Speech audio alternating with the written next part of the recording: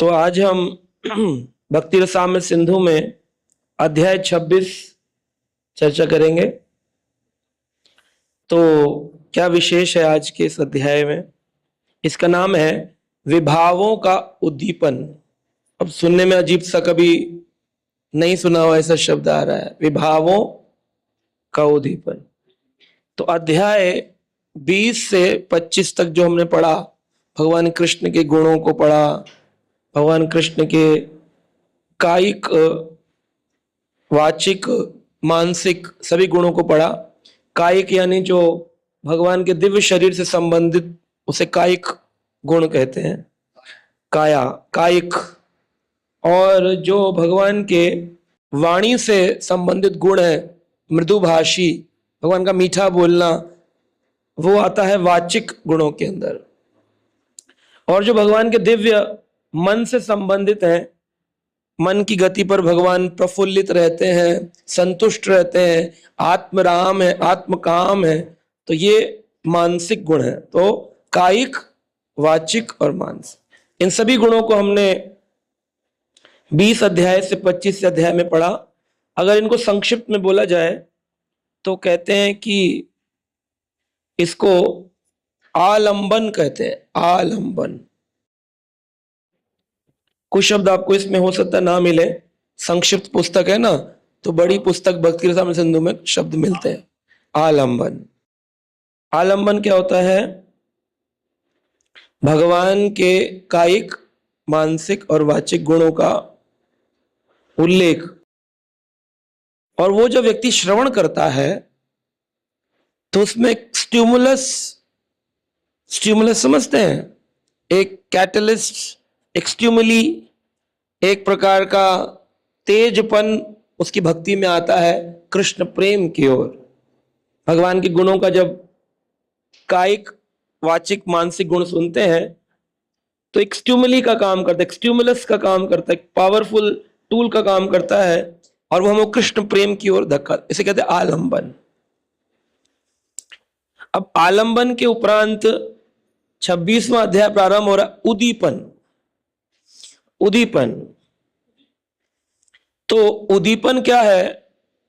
ऐसी वस्तुएं जो भगवान कृष्ण के प्रति वो कृष्ण प्रेम, एक्सटेसी जो है, भावनात्मक जो अष्ट सात्विक विकार आदि जो आते हैं, वो इन वस्तुओं से आ सकते हैं।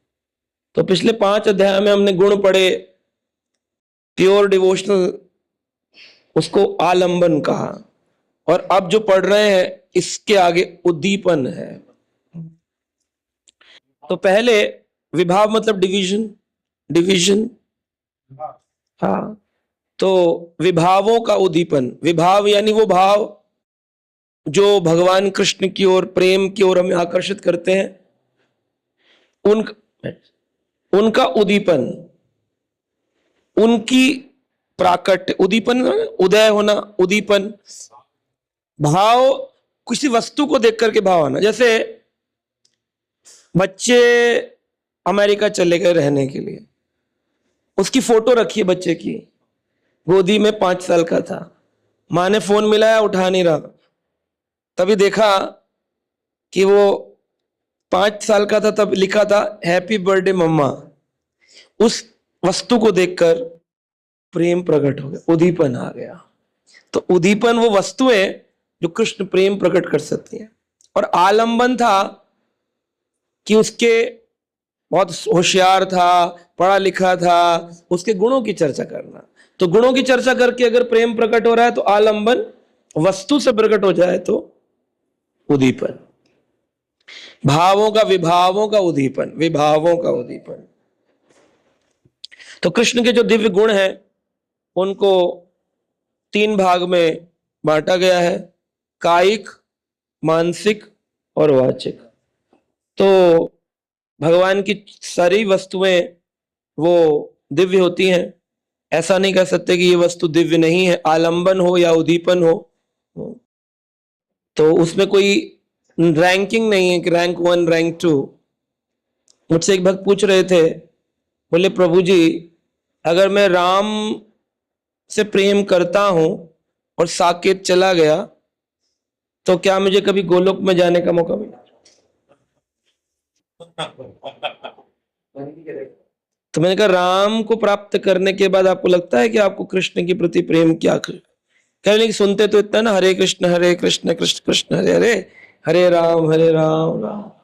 तो राम के प्रति प्रेम है, मंदिर जाते हैं, राम कथा सुनते हैं, राम के प्रति आकर्षण बहुत है, पर सुनते ही कृष्ण परम भगवान है, तो राम तक जाकर के वो मन तो रहेगा ना प्रभु जी कृष्ण लोग जाने का, पर प्रेम राम से, फिर आप कहीं नहीं जाओगे।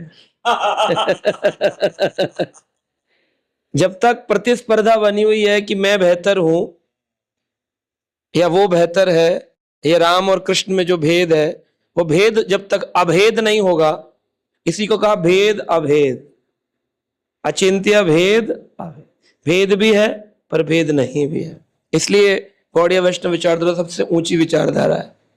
यहाँ भेद भी है पर अभेद।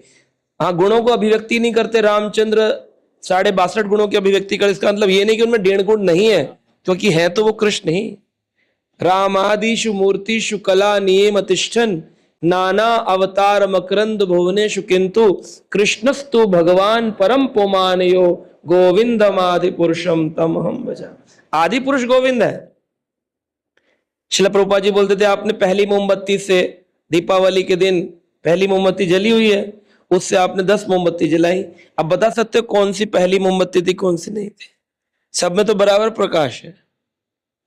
तो हम वैकुंठ चले गए प्रभु जी, तो क्या कृष्ण गोलोक जा पाएंगे? जब तक ये भावना रहेगी तब तक आप कहीं नहीं जाएंगे। जब तक एक रस में, इसलिए कहा मुहु रहो रसिका भुवि भाव कहा, रस में एक, उसको कहते हैं रसिक। रसिक यानी एक रस में, रसिक भक्त। मुहु रहो रसिका भुवि भाव का, वो भावुक भक्त भूमि पर जो रसिक होंगे भागवत के, वो प्रभु को प्राप्त करेंगे। कौन से भक्त? रसिक का मतलब क्या? जो नाचे गोपी ड्रेस पहन के, रसिक है। जो रस एक रस में निष्ठ हो जाए, रस एक, रसिक। या तो वात्सल्य में हो जाएगा तो यशोदा जी के पास चला जाएगा, तो उसमें कभी ये भाव नहीं आएगा काश में गोपी बन जाता। और ग्वालों या गायों के मध्य चला गया तो कभी प्रतिस्पर्धा नहीं होगी, काश में उस लोक में चला जाता, उस स्थान पे चला जाता। गौरंग महाप्रभु के साथ चला गया तो ये मन नहीं हुआ कि मेरे गए, यहाँ आ गया राधा और गोविंद मिले, मिलित तनु में आ गया। ये अलग अलग रूप में राधा कृष्ण का मैं मूर्ति पूजा करता था इस्कॉन में, अभी कहाँ आ गया मैं गौरांग महाप्रभु। ऐसा जब तक भाव कहीं नहीं जाए, वैसी पृथ्वी पर रहेगा पुनः पुनः, जब तक रस एक रस में निष्ठ नहीं है, एक रस में निष्ठ, तब तक उसकी गति नहीं हो सकती। आप भी बताइए ना, नॉन मेडिकल कर रहा है कोई व्यक्ति, तो जब तक वो फिक्स नहीं कि मुझे इंजीनियरिंग कौन से में करनी है, एडमिशन कैसे होगा? आईटी में करनी है कि लेदर में करनी है कि एग्रीकल्चर में करनी है कि कंप्यूटर साइंस में करनी है कि मैकेनिकल में करनी है कि इलेक्ट्रॉनिक्स में करनी है, एक तो पकड़ना होगा। आईटी फिर 5 साल 4 साल उसी की इंटर्नशिप, उसी की नौकरी मिलेगी। फिर अब इंजीनियर बन गया, फिर कह रहा काश मैं स्कूल में मेडिकल ले लेता और मैं डॉक्टर बन जाता, तो क्या वापस जाएगा? तो ऐसे ही एक रस तो कब चालू हो जाता है? बोले 12वीं कक्षा में ही प्रारंभ हो जाता है कि आगे नॉन मेड लेना कि मेड लेना है। उसी प्रकार से भक्ति में भी प्रारंभिक चेतना में ही ये व्यवस्थित होना चाहिए कि मैं जप करते करते प्रभु मुझे मेरे एक रस में स्थापित कर दीजिए, है ना? तो सभी के लिए नितांत गौड़ीय वैष्णवों के लिए एक रस क्या है? दास्य रस। दास्य रस में फ्लेवर अपने आप राधा रानी मिलाएंगे, गुरु जी मिलाएंगे, लेकिन मूल रूप से दास है। तो कृष्ण का जो शरीर है, कृष्ण के दिव्य गुणों को 3 भाग में बांटा गया है, कायिक वाचिक मानसिक। श्री कृष्ण की आयु उनके दिव्य शरीर के स्वरूप, उनका सौंदर्य और उनकी मृदुता से उनके कायिक गुण हैं। तो भगवान कृष्ण की जो आयु है, इस पे भी बड़ी लंबी चर्चा हो सकती है। भगवान की जो आयु है, तो एक चार्ट बना लेते हैं, चार्ट से और इजी हो जाएगा, क्योंकि आपको इसमें चार्ट नहीं मिलेगा। चार्ट नहीं बनानी, चार्ट चार्ट। माता जी लोग खुश हो गए, बोले चार्ट चार्ट। इसको कहते हैं किस्मत का वो दरवाजा खोलना जो बंद है, वो खुलेगा। कई बार लोग प्रयास करते रहते, फेल होते, कह रहे खुल नहीं रहा किस्मत का दरवाजा, खुलना कोई और दरवाजा, फिर वहां से एंट्री हो जाती है। तो उद्दीपन को 4 भाग में विभक्त किया गया है: गुण, चेष्टा, रूप, प्रक्रिया। प्रक्रिया कहते हैं ना, आपकी पता नहीं कैसी प्रक्रिया है। तो गुण, तो पहले लिख लीजिए उद्दीपन। उद्दीपन के नीचे 4 लाइन बना दीजिए चार्ट में: गुण, चेष्टा, रूप, प्रक्रिया। अब जो गुण है उसको 3 भाग में विभक्त कर लीजिए: कायिक, मानसिक, वाचिक, body, mind, words, BMW, body mind words, गुणों में। अब जो बॉडी है उसको 4 भाग में विभक्त करेंगे। भगवान का शरीर जो कायक है वो 4 भागों से उद्दीपन उत्पन्न होती है। पहला है उम्र, एज, आयु। दूसरा है ब्यूटी, सौंदर्य। तीसरा है ऑर्नामेंट्स, उनके आभूषण। और चौथा है सॉफ्टनेस, भगवान की मृदुता, उनकी सॉफ्टनेस। अब एज जो है उसको भी 4 भाग में, 3 भाग में विभक्त करेंगे। 4 में भी कर सकते हैं, 3 में भी कर सकते हैं। पैदा, जन्म होते ही भगवान की 1 वर्ष तक शिशु। दूसरा 1 से लेके 5 तक कौमार। 5 से 10 तक पौगंड। और 10 से 16 तक किशोर। किशोर को भी फिर 3 भाग में बांटा गया है: आदि किशोर, मध्य किशोर, अंत किशोर। तो आदि किशोर लीलाएं, मध्य किशोर लीलाएं, मतलब 10 साल से 12 साल तक की लीलाएं वो आदि किशोर लीलाएं, 12 से 14 तक की मध्य किशोर लीलाएं, और फिर 14 से 16 तक अंत किशोर लीलाएं। तो ये इसलिए वर्णन कर रहे हैं रूप गोस्वामी कि आगे जब आप चलेंगे और गहरा, है ना, रूप गोस्वामी का विलास कुसुमांजलि पढ़ेंगे, विदग्ध माधव पढ़ेंगे, तो उसमें फिर ये सब डिस्कशन नहीं होगा, उसमें सीधा प्रवेश होगा आदि किशोर लीला में। ठाकुर जी ने ये किया, अब पता ही नहीं होगा आदि किशोर लीला क्या है। इससे मेरे का मतलब है हम सीधा अपनी मेटेरियल बॉडी से भगवान को कंपेयर करेंगे। अरे अच्छा, एज की बात हो रही, ये नहीं पता कि ये उद्दीपन का हिस्सा है। उद्दीपन क्या है? भगवत प्रेम जागृत करने की जो टॉप मोस्ट चीज है उद्दीपन, उसके 4 हैं: गुण, चेष्टा, रूप, प्रक्रिया। उसका जो गुण है उसमें कायिक, मानसिक, वाचिक। कायिक का उम्र, सौंदर्य, आभूषण, मृदुता। और उस उम्र के भी शिशु, कौमार, पौगंड, किशोर। किशोर के भी 3: आदि, मध्य, अंत। मैं मध्य पे चर्चा कर रहा हूं।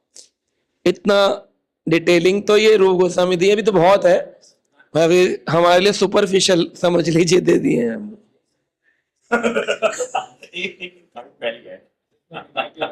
हाँ हाँ हाँ। तो चेष्टा रूप लीलाएं अलग हैं, इसलिए मैंने आज सुबह बोला था कि अब से जो आगे पढ़ेंगे वो दिमाग थोड़ा सा, इसलिए देखिए आधी अटेंडेंस चली गई है।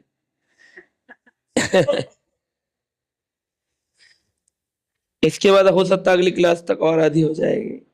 भगवान के धाम तक तो सब नहीं पहुंचते ना, मनुष्य नाम सहस्त्रेषु कश्चित्। टफ होता है, लेकिन आप समझेंगे तो समझ आएगा धीरे धीरे।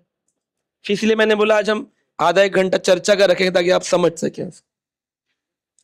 अब भगवान की जो उम्र है उसके 4 भाग हमने चर्चा कर लिए। तो जो ये भी हमने चर्चा कर लिया उम्र का: कौमार, पौगंड, किशोर। किशोर की 3: आद्य, मध्य, अंत। तो यहां पर वर्णन आता है, सब में आएगा, अभी चलते रहो। तो इसको अंग्रेजी में कहा अर्ली एडोलसेंस, मिड एडोलसेंस और लेट एडोलसेंस। जो किशोर है उसको एडोलसेंस कहते हैं। तो आद्य, आद्य, मध्य, अंत। आदि नहीं, आद्य, मध्य, अंत। तो आद्य किशोर लीला का उदाहरण रूप गोस्वामी लिख रहे हैं। 11 से 12 की उम्र के कृष्ण हैं। तो भगवान कृष्ण की सौंदर्य को देख करके, तेज को देख करके, तो भगवान कृष्ण की आंखों पे लाल रंग का बॉर्डर है। जगन्नाथ जी देखा होगा, लाल रंग का बॉर्डर होता है, और उनकी जो स्निग्ध केश है, कुंगराले कोमल बाल। तो एक गोपी का नाम है कुंडलता। अच्छा नाम है ना, किसी बच्ची का रखना हो के से, कुंडलता। कुंदलता, कुंड के किनारे लता लगी है, कुंडलता। एक जैसे राधा कुंड के किनारे एक लता लगी है, कुंडलता। तो कुंडलता जो है वो आदि किशोर कृष्ण को देखकर कहती है, मेरे प्रिय कृष्ण, मैंने न जाने तुम्हारे अंदर एक अद्भुत परिवर्तन देखा है। अभी एडोलसेंस में है ना, आद्य किशोर है। अभी तक तो कौमार से पौगंड में थे, खेल रहे थे, बच्चे थे। अचानक ही प्यूबर्टी स्टेज लीला हो रही है, और वो कह रही है कि तुम्हारा जो स्वरूप है ना, लोग तुम्हें काले कहते हैं, पर तुम काले नहीं हो, तुम इंद्रनील मणि जैसे हो। कैसे हो? इंद्रनील मणि जैसे हो। इसलिए जो तुम्हारी आंखों का लाल रंग है और तुम्हारे जो कोमल बाल हैं, ये सब मिलाकर के तुम्हें विश्व का, ब्रह्मांड का सबसे सुंदर व्यक्ति बनाती है। इंद्र भी जिस नीलमणि को अपने हाथ में धारण करना चाहे, ऐसा स्वरूप तुम्हारा, इंद्र नीलमणि रंग तुम्हारा है। कभी तो हम घनश्याम रंग पढ़ते हैं कि भगवान का काला रंग है, पर यहां काला की चर्चा नहीं, इंद्र नीलमणि रंग, डार्क ब्लू कलर है। तो फिर मध्य किशोर लीला का वर्णन है। 13 से 14 वर्ष के जब कृष्ण हुए, तो कृष्ण के जो शरीर के अंदर है वो कुछ और परिवर्तन होने शुरू हुए। उनकी जो जंघा थी, थाइज, वो एक हाथी के सूंड के जैसी हो गई, जिससे उन्होंने बकासुर का वध कर डाला। जंघा नीचे पैर लगा के वो दूसरी चोंच फाड़ दी उसकी, बकासुर की। और तुम्हारा जो वक्षस्थल है वो उभरा हुआ लगने लगा है। तो जब बच्चे देखा होगा 13-14 साल में आते हैं, तो उनका बॉडी बनाना 8-9 क्लास में पुशअप्स करते हैं, तो चेस्ट ब्रॉड और उभरा हुआ हो जाता है। चाहे वो स्त्री हो चाहे पुरुष हो, वक्षस्थल में परिवर्तन आता है। तो वो परिवर्तन का मूल कौन है? कृष्ण है। उनमें परिवर्तन आता है। बोलते हैं the man is made in the image of God. Krishna में परिवर्तन आता है, पर वो कृष्ण का दिव्य परिवर्तन होता है। वह लीला हम करते हैं, वही हमारे अंदर परिवर्तन आता है। तो भगवान का जो चौड़ा छाती है, वक्षस्थल बड़ा है, उसका कारण है, ठाकुर जी कह रहे हैं, संपूर्ण जगत का आश्रय अब इसके अंदर आ सकता है। बड़े मतलब क्या, सब इसमें आ सकते हैं। तो उनकी जो आंखें हैं, उनकी आंखों के ऊपर पलकें आ गई हैं और बड़ी हो गई हैं, दिखने लगी हैं। और उनके जो हाथ हैं वो ऐसे हो गए हैं जैसे दरवाजे, दरवाजे हों, और दरवाजे की तरह जैसे जगन्नाथ जी होते हैं ना, से दरवाजे जैसे वेलकम करते हैं, तो वेलकमिंग हो गए हैं। और जो दरवाजों के ऊपर खूंटी लगी होती है, खूंटी, वो पहले उतने ही हाथ थे, अब वो खूंटी छोटी लगने लगी है। ठाकुर जी के इतने बड़े बड़े हाथ हो गए, खूंटी छोटी लगती। ऐसा 13-14 साल पर गोपियां कह रहे हैं। तो हम भगवान कृष्ण की वह सुंदरता को वर्णन कर सकते हैं। श्रील रूप गोस्वामी कहते हैं, भगवान कृष्ण की जो दिव्य शरीर के अंदर परिवर्तन है, वो सभी को अपनी ओर आकर्षित करना प्रारंभ कर दिए। इन्हें कहते हैं स्पेशल फीचर ऑफ द मध्य किशोर लीला। स्पेशल, विशेष हो रहे हैं भगवान के। अब हर एक का एक एक का और भी बहुत गहरा है, और समय कम है कि जंघा क्यों है, उसका पर्पस क्या है, क्यों भगवान अपनी जंघा की चर्चा करवाना चाह रहे हैं। क्योंकि भगवान की इच्छा के बिना तो कोई मंजरी रूप गोस्वामी कुछ भी वर्णित नहीं कर सकते। ठाकुर जी चाहते हैं ऐसा वर्णन हो तो होता है। तो भगवान की मध्य किशोर लीला में उनमें एक अद्भुत गुण आया है, हास्य परिहास्य। हास्य परिहास्य संभाषणे वृंदावन दिव्य स्थान दिव्य चिंतामणि धाम, उसमें आता है हास्य परिहास्य संभाषण। जब राधा कृष्ण चर्चा होती है तो उसमें हास्य परिहास होता है, वो संभाषण, संभाषण यानी दोनों मिलकर चर्चा करते हैं। ये भगवान में परिवर्तन आया है।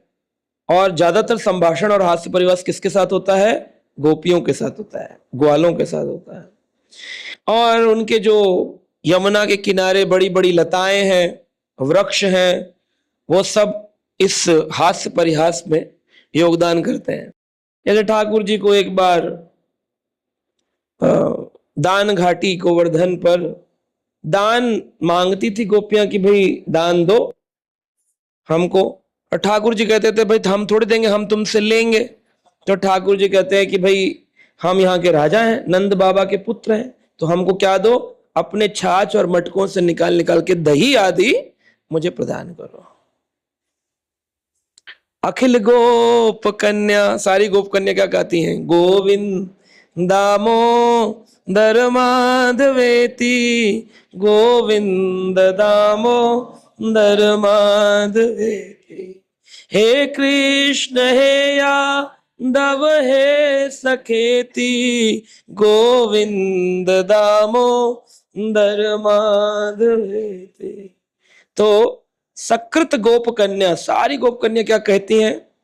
दधी मंथनादि सकृत गोप कन्या। वो कन्या जब दही मंथन करके और बेचने जाती हैं तो दही ले लो, दही ले लो की जगह कहती हैं गोपाल ले लो, गोविंद ले लो, कृष्ण ले लो। उनके मुख से और कुछ निकलते, इतना आकर्षण है। तो एक व्यक्ति कितना प्रभु से आकर्षित है, प्रभुपाद जी कहते थे वो मुंह खोला और पता चल जाएगा। How good great personality you are, it comes to understand when you opens your mouth. बड़े सुंदर तिलक लगाए हैं, कंठी 4 डाले हैं, 3-3 राउंड की 4 डाले, डालते हैं ना एक्स्ट्रा कंठी, 3-3 राउंड की 4 कंठी डाले हैं, मोटा एकदम कंठ बनाए हैं, और माइक पकड़ा तो बोले बोली जरा कृष्ण के बारे में। कैसे बोले हैं? तो कंठी क्यों डाले इतने सारी? दिखाने के लिए, एग्जिबिटिंग। जितना जितना भक्त ऊंचा होता जाएगा उतना उतना गुह्यतम होता चला जाएगा। गौर किशोर बाबा जी महाराज नहीं चाहते कि लोग जाने कि मैं उच्च कोटि का भक्त हूं। हम चाहते हैं कि लोग जाने कि मैं भी एक भक्त हूं। प्रारंभ में ऐसा नहीं आपके साथ होता, हमारे साथ भी होता, सबके साथ होता है ऐसा। हम भी जब आते थे नए नए मंदिर में, देखते थे सब 3-3 कंठी पहन करके, 3 राउंड की कंठी मतलब पहन करके घूम रहे हैं, और लोग पूछते थे आपने कहां से दीक्षा लिया है? तो मुझे नहीं पता था कि 2 राउंड की पहननी चाहिए कि 3। हम तो पहले दिन ही उठा के राधा कुंड से 3 राउंड की पहन लिए थे। पहले दिन ही जप माला लेके 16 माला शुरू कर दी, पहले दिन ही।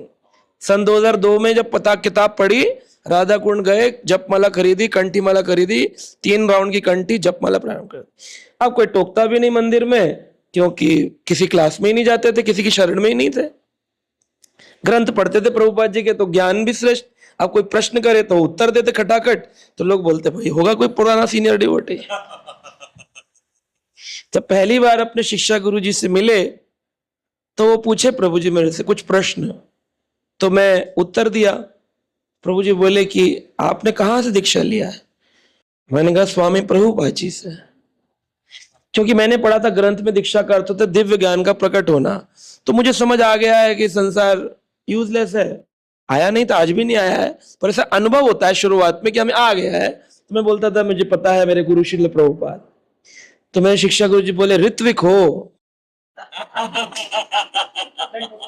तो मैंने कहा कि पता नहीं शायद कुछ स्पेशल होता होगा। मैंने कहा हाँ हूं। तो प्रभु जी समझाए कि आप कहाँ से दीक्षा लिए, क्या लिए, कैसे हुआ, कब आपका दीक्षा सेरेमनी हुआ। तो मैंने कहा ऐसा तो कोई सेरेमनी यज्ञ वगैरह तो नहीं हुआ है, लेकिन हाँ मेरी ब्राह्मण दीक्षा हुई थी जब मेरा बाल्यकाल था। मैं वृंदावन से आता हूँ, तो यज्ञोपवीत संस्कार हमारा हुआ था बालकाल में पूरे तरीके से, और हम गायत्री आदि भी करते हैं, ब्राह्मण कुल से आते हैं, अनियन गार्लिक मांस मदिरा नहीं पीते, खाते हैं। फिर उन्हें कुछ प्रश्न किए आत्मा पे लेकर के। पहला दिन DYPH का पहला दिन, तो प्रश्न किए, जैसे अद्वैत गोसाई प्रभु लेते हैं, राधा प्रभु लेने वाले हैं, तो ऐसे प्रश्न करते हैं नए लोगों से, आप इंट्रोडक्शन दीजिए। तो प्रश्न किए, मैं उत्तर दिया, तो समझ गए। बाद में मेरे को पर्सनली बोले, बोले आप इस क्लास के लिए नहीं है, आप हमारा आश्रय होता है उसमें आया करिए। तो मैं उसमें जाने लगा। तो वहां पर भी यही प्रश्न पूछे, दीक्षा कहाँ से हुई है, दीक्षा कहाँ से।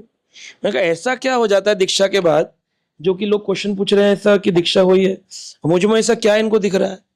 तो मेरे गुरुजी बोले कि 3 राउंड कंठी है ना, इसलिए पूछते, आप 2 राउंड कर दो। तो मैंने कहा ठीक है, मैं 2 राउंड कर दूं। मैंने 2 राउंड कर दिया। अभी भी लोग यही प्रश्न करते, आपने दीक्षा कहाँ से लिया, क्योंकि वो प्रश्न उत्तर की गंभीरता से शायद सोचते हो। तो प्रभु जी बोले आप सेक्रेटरी बन जाइए आश्रय क्लास के। 123 लोग आते थे ग्रुप में उस समय। तो मैं कहा ठीक है, तो मैं उनका पेपर वगैरह काम करता था, ऑफिस में जाके प्रिंट आउट निकालता था, ला कर देता था प्रभु जी को, और ईमेल वगैरह भी कर लेता था उनके ऑफिस में बैठ के, जो भी ईमेल करने हैं प्रभु जी को कितना बुक मैराथन कितना स्कोर है, इसको सारा कुछ मैं करता रहता था, कैलकुलेशंस ये वो। फिर प्रभु जी को जाना पड़ा किसी काम से बाहर, तो हम रह गए। तो हमारे और सीनियर डिवोटीज थे, वो बोले कि आप लीडर है ना एक ग्रुप के। मैं कहा नहीं, लीडर नहीं हूँ, सेक्रेटरी हूँ, सेवा करता हूँ। तो बोले नहीं, अब वो क्या होता है, जो सेक्रेटरी होता है उसको लगभग लीडर ही मान लिया जाता है। और जैसे पार्थ कृष्ण प्रभु जी हैं, सेक्रेटरी हैं, तो लोग अपनी बातें उन्हीं से पूछ लेते हैं, उन्हीं से उत्तर ले लेते हैं, चाहे सही दें गलत दें, लोग बोलते हैं यही प्रभु जी बोलते होंगे, सही बोलते हैं, क्योंकि वो सबसे ज्यादा साथ रहता है वो।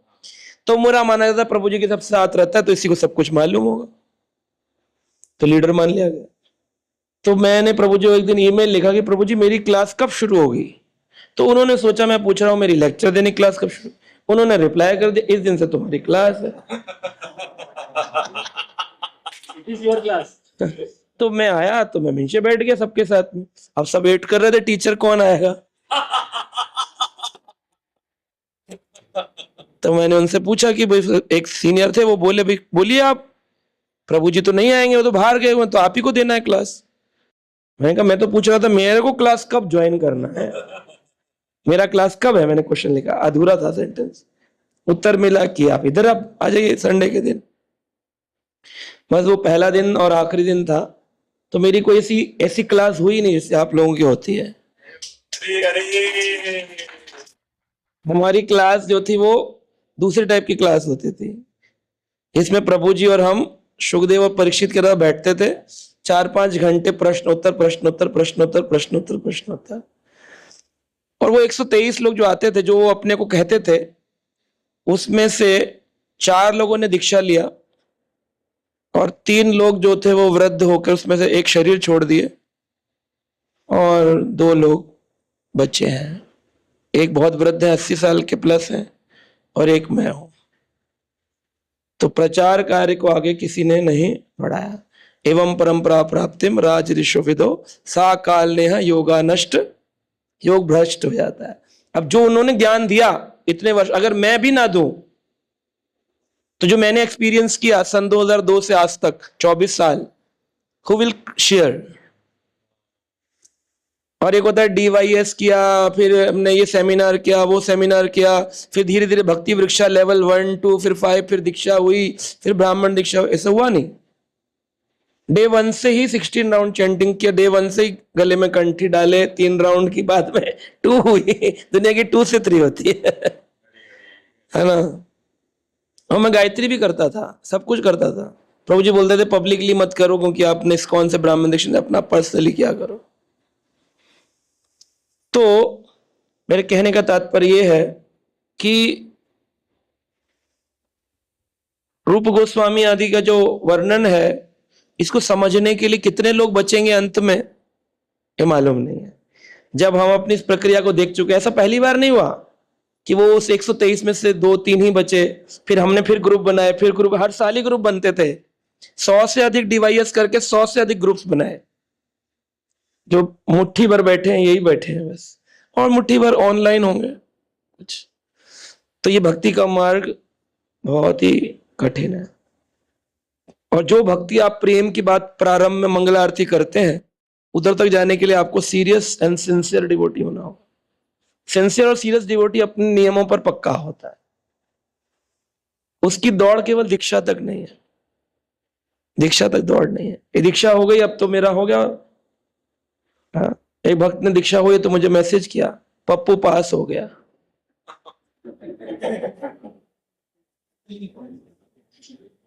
और हमारी दौड़ केवल दीक्षा तक है, क्योंकि सारा स्वप्न आदि जितने भी आ रहे हैं, गुरु जी का स्वप्न आ रहा है, प्रभुपाद स्वप्न आ रहा है, इतने तक ही आ रहा होता है जब तक दीक्षा नहीं हो रही। दीक्षा हो जाती है उसके बाद तो 2-3 साल तक मस्त सपने आते ही नहीं है, सोता है नींद में बढ़िया, कि जो प्राप्त करना चाहता था हो गया। तो यहां पर रूप गोस्वामी कह रहे हैं कि हमको अगर ऐसी मध्य किशोर लीलाओं के अंदर प्रवेश करना है तो उसके लिए बहुत गहरा भाव रखना होगा।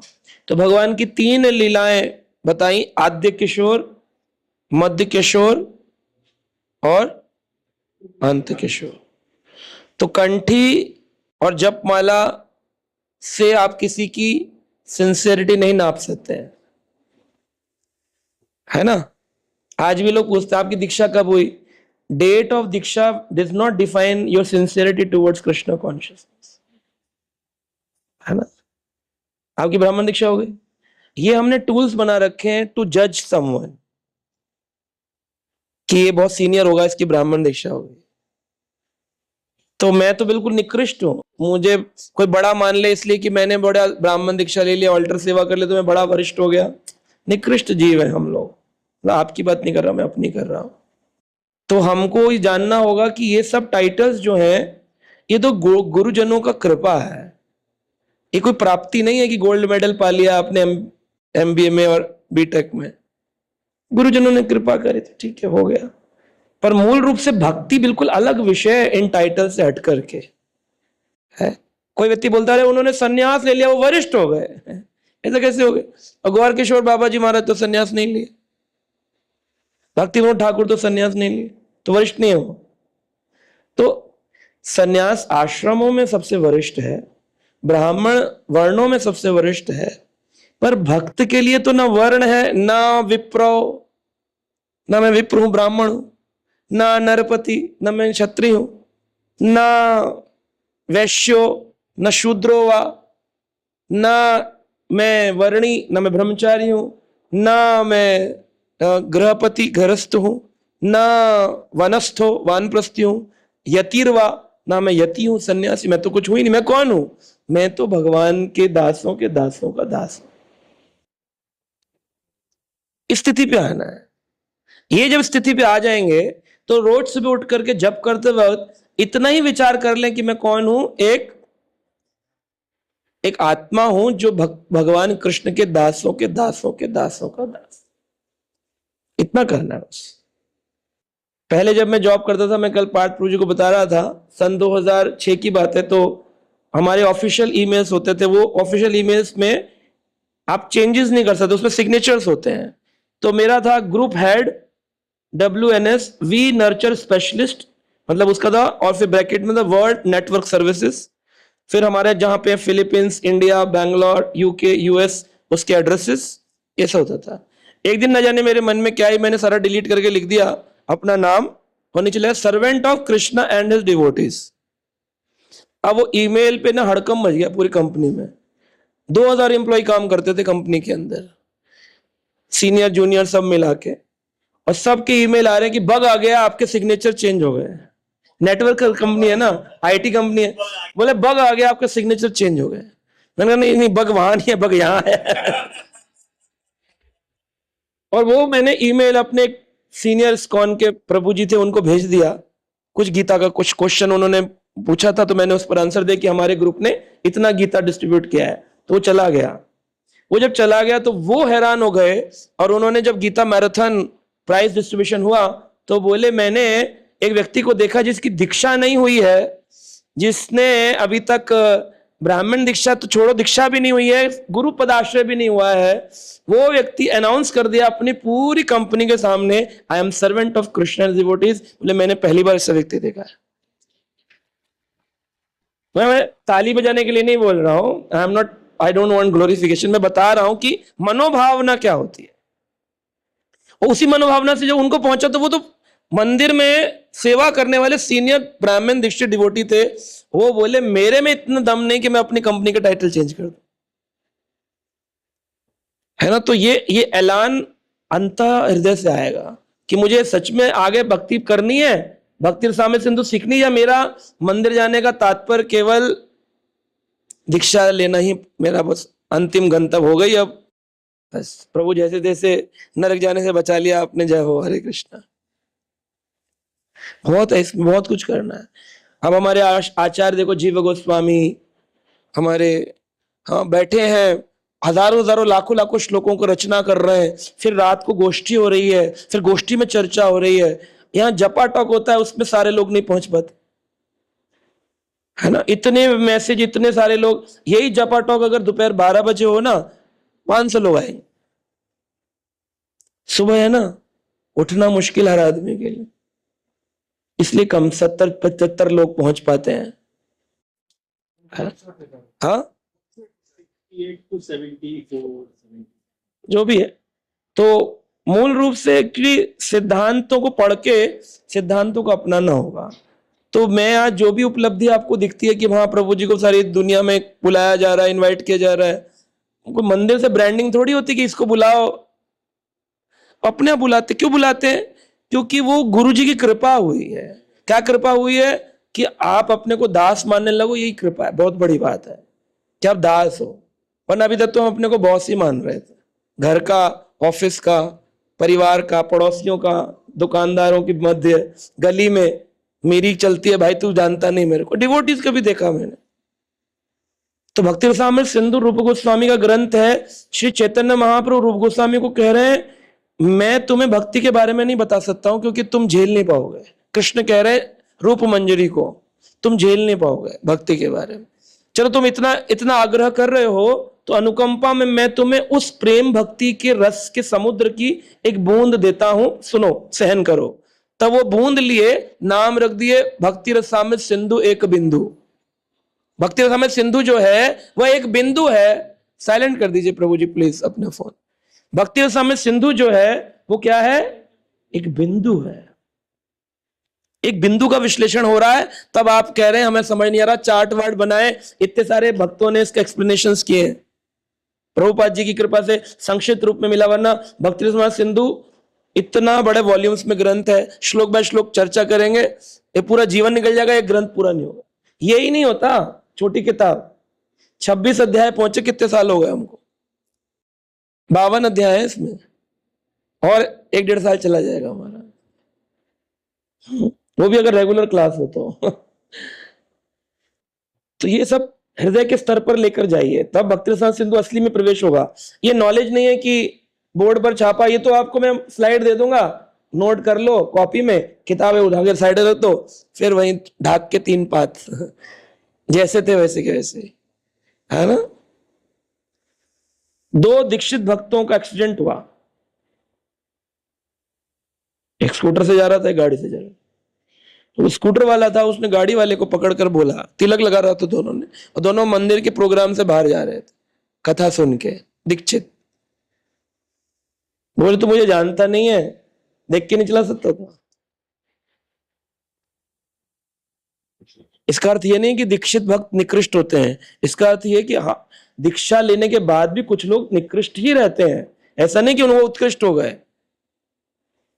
तो परिवर्तन कहां करना होगा? नाम में, कि पहले मेरा नाम कृष्ण था और अभी मेरा नाम कृष्ण उदय हो गया है, कृष्ण उदय दास हो गया है, कृष्ण भक्ति उदय दास हो गया है।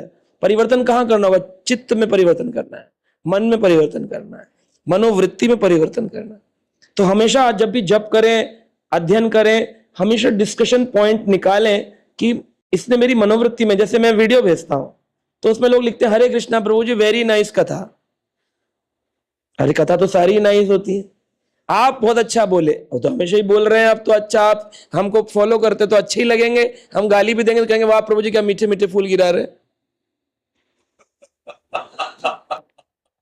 तो रियलाइजेशन में क्या लिखना चाहिए? इस कथा से मेरे अंदर क्या परिवर्तन आया। ये नहीं लिखना है प्रभु जी ने पहले बताया क्रम से आदि किशोर में 0। अरे आप नोट्स बनाने को थोड़ी बोला, आपको क्या बोला है? फीडबैक, फीडबैक, कोर ग्रुप बनाया, 100 लोग जोड़े, 7 लोग जवाब नहीं देते। सुप्त अवस्था में, कभी जागृत होगी तब देखेंगे। सुनते हैं, ऐसा नहीं कह रहा हूं नहीं सुनते, पर लिखने के लिए विचार करते, लिखें कि नहीं लिखें। लिखने वाला जो होगा कहेगा नहीं मैं लिखता हूं, क्या लिख देगा? हरे कृष्णा, दंडवत प्रणाम, वेरी नाइस क्लास। उसने परिवर्तन क्या किया? उसने अपने ऊपर कितना काम किया, अपने चित्त वृत्ति, अपने मनोवृत्ति पर कितना काम किया? तो क्यों नहीं हो रहा है? कथा आप सुन रहे हो, प्रसाद आप पा रहे हो, जप आप कर रहे हो, ठाकुर जी के दर्शन कर रहे हो, ऐसी कौन सी क्रिया है जो किसी और आचार्य ने करी हो और आप ना कर रहे हो? उन्हीं क्रियाओं से भक्त कितने उत्कृष्ट भक्त हो चुके हैं और हम अभी निकृष्ट। क्यों? फोकस, फोकस वैसे बोला प्रभु जी ने, बहुशाखा अनंतश्च बुद्धे व्यवसाय नाम। अनेक जगह पर लगी रहेगी ना, इसको भी खुश कर लूं, इसको भी खुश कर लूं, इसको सफाई दे दूं, उसको सफाई दे दूं, अरे प्रभु जी क्लास में नहीं आप, अरे प्रभु जी, अरे माता जी, अरे प्रभु जी, अरे माता। तो एक बहुत बड़ा सुंदर बोल रहे थे, बोले सफाई देने की जरूरत नहीं है संसार को, सफाई देने का काम साबुन का है, भक्त का नहीं है। साबुन सबको सफाई देता है ना, जिसको भी नहाएगा सबको साफ करेगा, कपड़ा जिसको भी धोएगा सबको साफ करेगा। लेकिन भक्त का काम जस्टिफिकेशंस देने का नहीं है, रीजनिंग देने का नहीं है, उसका परिवर्तन करने का है। मैंने कितना चेंज किया। अपनी दौड़ अपने आप से होनी चाहिए, अपनी दौड़।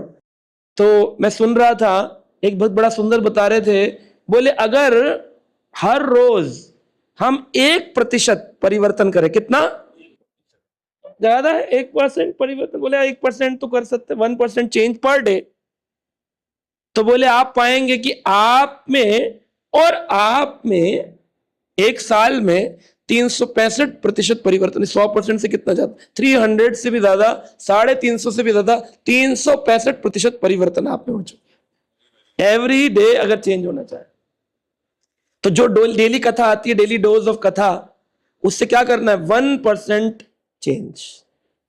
रोज 1% करें तो 365 डेज में 365% परिवर्तित हो सकते हैं। पर हम वहीं के वहीं, क्यों? हम सुनते हैं, समझते हैं, बोलते भी हैं, पर परिवर्तन नहीं करते। अभी अधिक मास आया है, मैं खाऊंगा नहीं, मैं माला 16 की 20 कर लूंगा, मैं ये नहीं कर लूंगा, मैं यमुना स्नान कर लूंगा, मैं धाम यात्रा कर लूंगा। ये तो नियम है एक्सटर्नली। इतने परिवर्तन हो गए हैं। गंगा नहाए, यमुना नहाए, गया ना मन का मैल। गंगा नहाए, यमुना नहाए, गया ना मन का मैल, घर वापस जब आए वही बैल के बैल। है ना? बैल कैसा होता है? सींग मारता है। वही गुस्सा, वही क्रोध। कितना यमुना नहाते हैं लोग, कितना गंगा नहाते हैं, भरी पड़ी हर की पौड़ी, कूद रहे हैं, नहा रहे हैं, वीडियो बना, रील भरा पड़ा यूट्यूब चैनल, इंस्टाग्राम, फेसबुक, वही बैल के बैल। और जो राधा कुंड में पहुंच गया एक तमाशा, जीन्स पहनी थी, सिद्ध दीक्षा प्राप्त करी बाबा जी से, किसी से जीन्स पहनी रखी थी, टी शर्ट पहनी थी, राधा कुंड में प्रवेश कर गए, जो कि करना नहीं चाहिए। श्रीमती राधा रानी में और राधा कुंड में अभिन्नता है, कोई भेद नहीं है, सेम है। घुस गए और वहां पर उनको मिलती है सीधी मंजरी स्वरूप कि तुम ये मंजरी हो। और हरियाणा के थे वो लोग। मैं खड़ा वहां पे जप कर रहा था जानवा माता समाधि के पास, तो एक मोबाइल देकर दूसरे को कहता है खींच फोटो, खींचने, खींच फोटो, खींच। कह रहे क्या भाई, आज मंजरी बना तेरा भाई।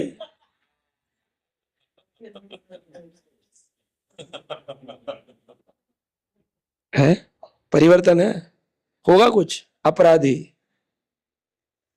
खुश होते ना, दीक्षा हो जाती है। अभी मैं, लोग बोलते भी महाराज जी ने आपको सोच समझ करके नाम दिया है, बिल्कुल गलत है। ये स्टेटमेंट ही रॉन्ग है, स्ट्रॉन्ग स्टेटमेंट। क्यों?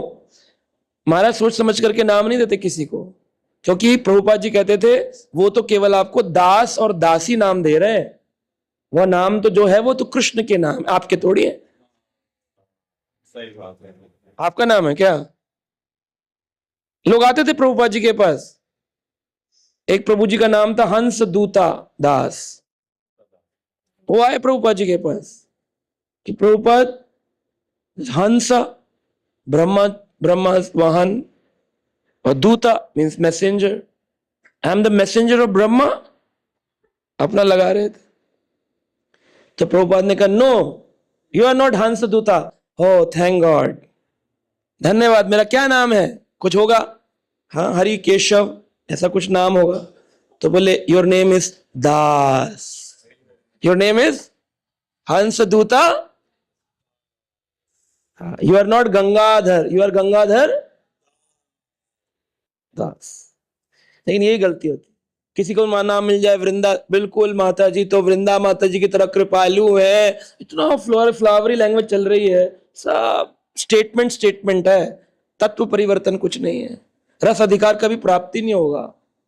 चर्चाएं भक्ति रसामृत सिंधु क्लासेस हो रही हैं, ऑनलाइन यूट्यूब में जा रहे हैं, व्यूअरशिप पे देखी जा रही है। रूप गोस्वामी व्यूअरशिप के लिए चर्चा किए थे क्या? तो हम लोग अगर बदलना चाहें तो बदल सकते हैं, लेकिन प्रयास स्वयं करना होगा। बहुशाखा नहीं, व्यवसायत्मिका बुद्धि एक कुरुनंदन,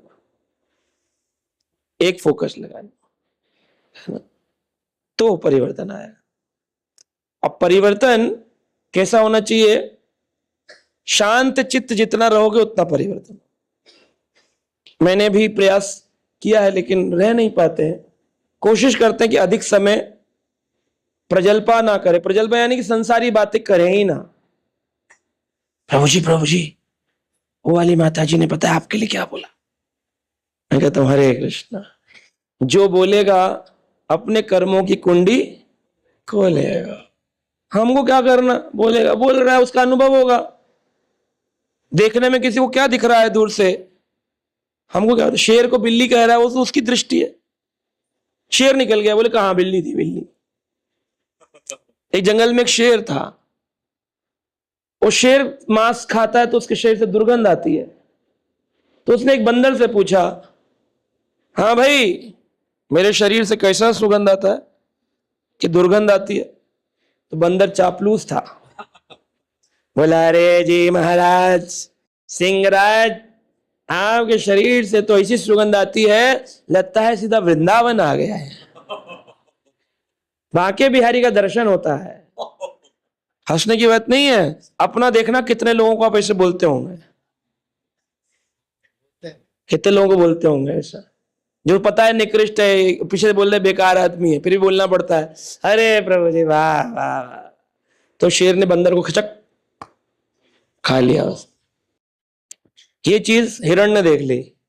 हिरण के पास गया, शेर बोला बताओ मेरे शरीर से सुगंध आती है कि दुर्गंध? अब पूरी शरीर से दुर्गंध ही आती है, मांस खाता, ब्रश नहीं करता है ना माउथ वॉश यूज करता है ऐसी।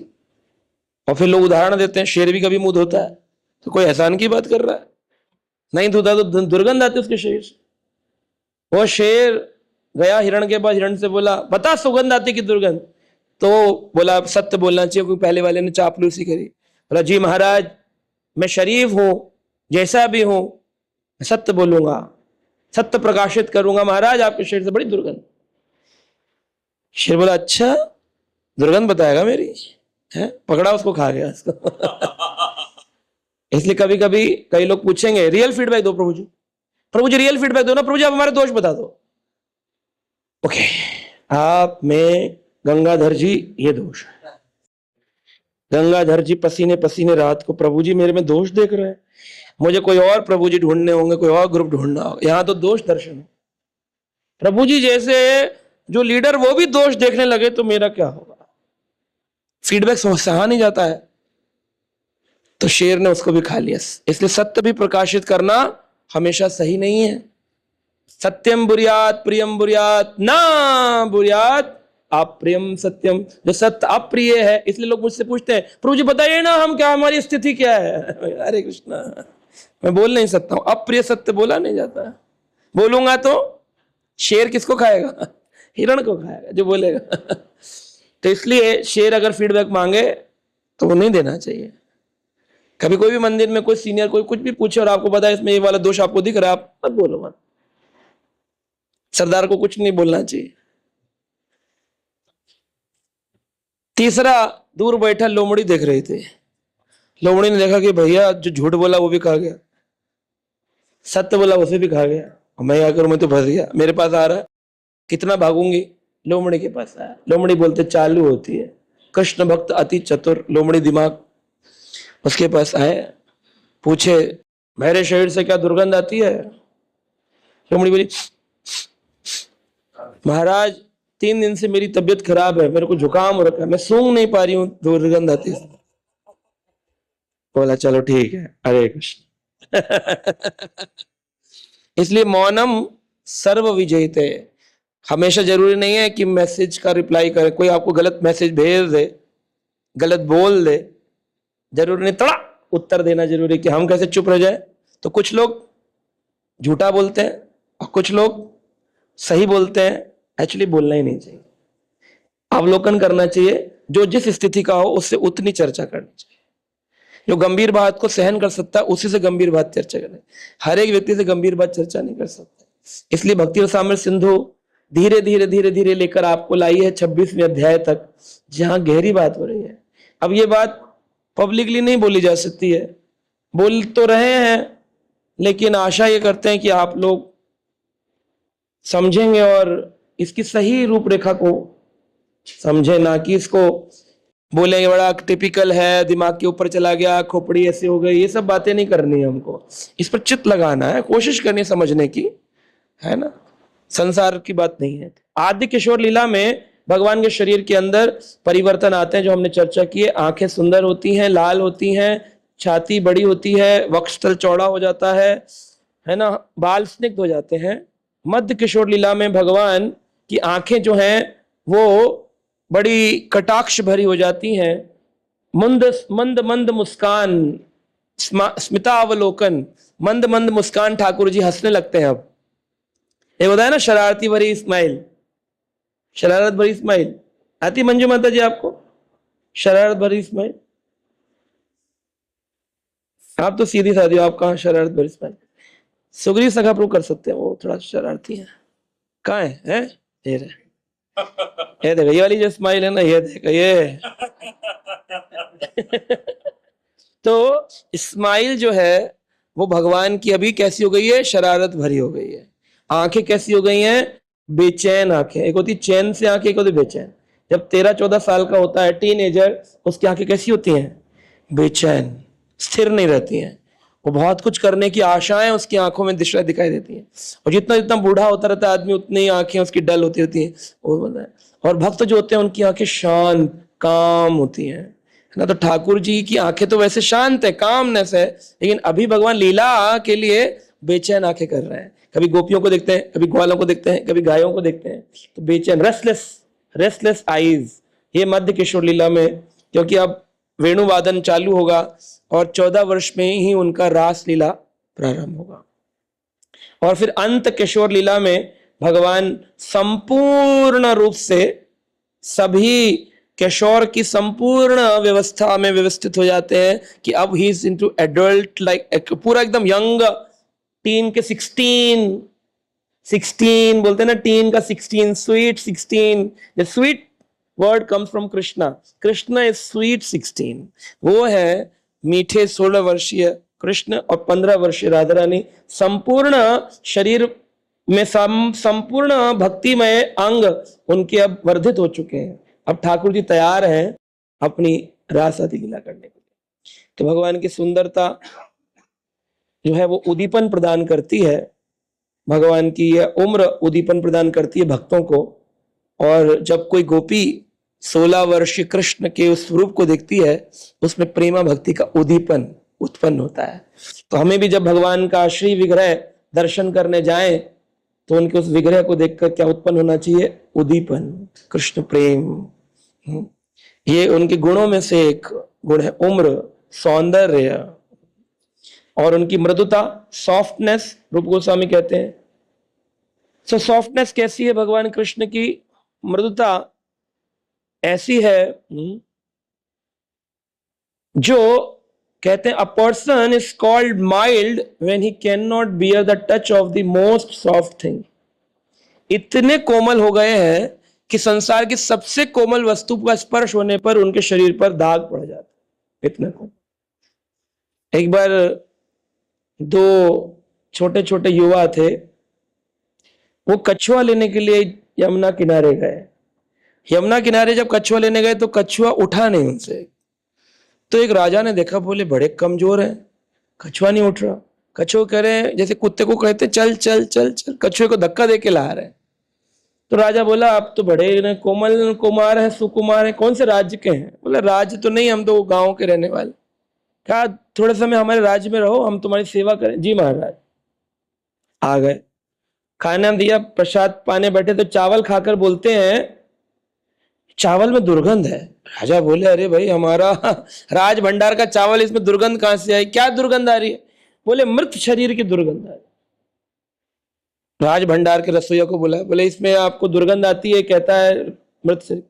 कह रहे, जी हमारे यहाँ तो एकदम शुद्ध लकड़ी, शुद्ध अग्नि, शुद्ध घी, सब कुछ शुद्ध है। बोले, जिस किसान, उसको बुलाओ जिसने भंडार दिया है। तो जो बेचता था चावल, उसको बुलाया गया। बोले, तुम्हारे चावलों में कुछ मिश्रण है, इस बालक को मृत शरीर की दुर्गंध आ रही है। बोले, जी मैं तो ऐसा कुछ कार्य नहीं किया हूं। बोले, किसान को बुलाओ। किसान को बुलाया गया। किसान से बोले, तुम्हारे खेत के आसपास क्या मृत शरीर दफनाए जाते हैं? कह रहे, नहीं जी, दूर खेत के एक वो है शमशान घाट, उसकी जो जलने पर धुआं आता है ना, वो कभी कभी हमारे चावल के खेतों में उसकी राख गिरती है। उसकी राख गिरी चावल के खेत में, चावल निकला, फिर धुला, फिर उसके बाद वो कटा, फिर सबने फिर धुला, फिर घर पहुंचा, फिर धुला, फिर पका, फिर वो रसोइया ने पकाया, घी की, नमक की, मिर्ची की, सारी सुगंध डाली गई, जीरा, तेज पत्ता, किसी की सुगंध नहीं आ रही। उसको कहां आ रही है? शमशान। बोले, बड़ा कोमल। कह रहे, चलो सो जाओ अब तुम लोग। खाए नहीं, सो जाओ। सोया तो चिल्लाया दूसरा वाला, बोला, चोट लग गई, चोट लग गई। महाराज बोले, हमारे राज्य में चोट लग गई? क्या हो गया? एक गद्दा, दो गद्दा, तीन गद्दे, तीन गद्दे के नीचे गुलाब का फूल रखा था, उसका एक कांटा तीन गद्दे के ऊपर उसकी पीठ में चुभ रहा था, एक निशान पड़ गया। बोले, इतना कोमल हमने आज तक। तीन गद्दे हैं, गद्दे के नीचे गुलाब का फूल, उसका कांटा चुभ रहा था। तो ये कोमलता, तो ठाकुर जी की कोमलता, संसार की सबसे कोमल वस्तु है गुलाब, कमल।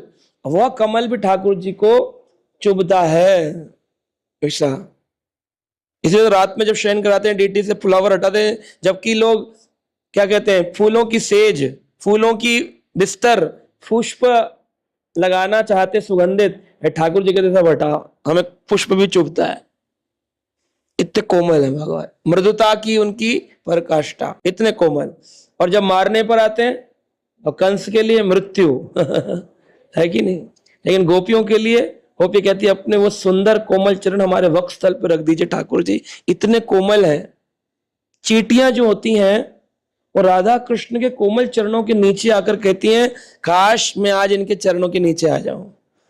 राधा रानी चलती, ठाकुर जी चलते, चींटी नीचे आती है, लेकिन मरती नहीं है। सोचिए कितना कोमल पैर होगा, ऐसे करके चले जाते हैं। चींटी कहती है, अरे मुझे छांव मिली, छांव मिली, राधा रानी की छांव में, ठाकुर जी की छांव। इतने कोमल चरण है। सारी चींटियों में स्पर्धा होती है, आज मैं ठाकुर जी चरणों में जाऊंगी, आज मरती कोई नहीं, दबते ही नहीं है पांव भगवान की, जमीन पर लग के हवा में जैसे चल रहे हैं, आकाश मार्ग वैसे टच कर रहे, चल रहे, टच कर रहे, इतने कोमल, मृदुता। रूप गोस्वामी कह रहे हैं। तो ये हमने पढ़ा, कौन सा पढ़ा हमने पाठ? सबसे पहले पढ़ा था उदीपन। उदीपन के तीन भाग, चार भाग, कितने? गुणा, रूप, गुण, चेष्टा, रूप, तो अभी आपने क्या पढ़ा? गुण पढ़ा। अब पढ़ेंगे चेष्टा।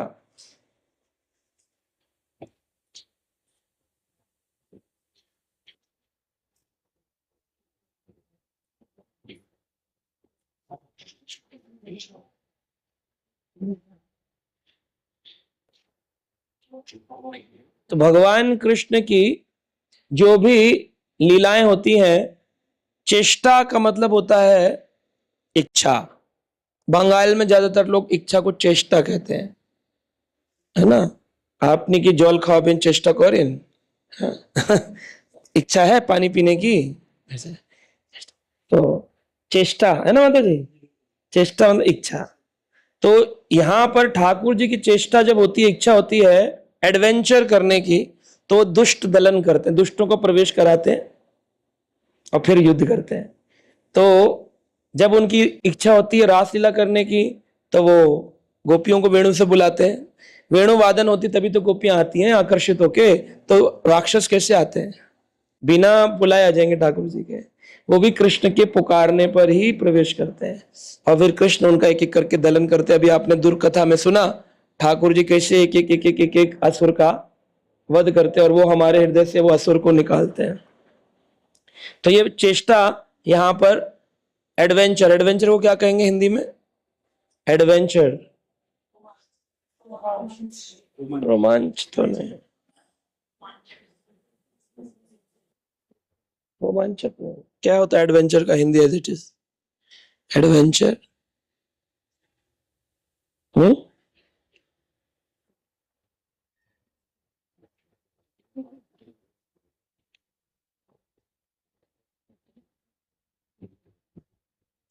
साहसिक साहसिक, रोमांच नहीं।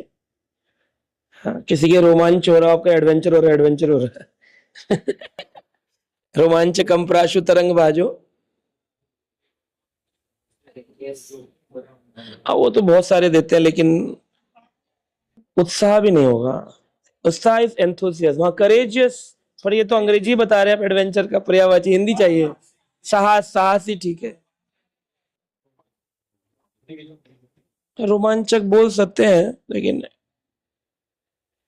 साहस ही ठीक है। पैदा हो। हाँ मूल मूल साहस है। असुर वध है ना, तो उसमें असुर वध में भगवान को रोमांच नहीं हो रहा है, साहस, साहस दिखा रहे हो। और रासलीला में कह सकते हैं रोमांच हो रहा है, तो ठाकुर जी उसमें चेष्टा करते हैं, रोमांच होता है। तो जब भगवान रासलीला करते हैं तो उनके माधुर्य भाव प्रकट होते हैं, जिसके 6 गुण बताए गए हैं। अनुन्य, कलह, अभिसार, निकट बैठना, वियोग और संधि। तो जितनी भी लीलाएं कृष्ण की होती हैं उन सब में ये 6 प्रकार के माधुर्य भाव प्रकट होते हैं। क्या है? अनुन्य, अनुनय, अनुनय यानी विनती करना, राधा रानी मुझे साथ आज लीला करिए, गोपियों मेरे साथ लीला करिए, अनुनय कहते ना, अनुनय विनय, अनुनय। फिर कलह, फिर झगड़ा लड़ाएंगे जानबूझ करके, ये उनके रसवर्धन हो रहा है। इसलिए ग्रस्त लोग आके कहते हैं हमारे घर में झगड़ा हो रहा है, मैं कहता हूं कि ये तो माधुर भाव का एक अंग है, द स्पाइस ऑफ ग्रस्ता लाइफ। झगड़ा ना हो तो लगेगा यार कुछ हो ही नहीं रहा है।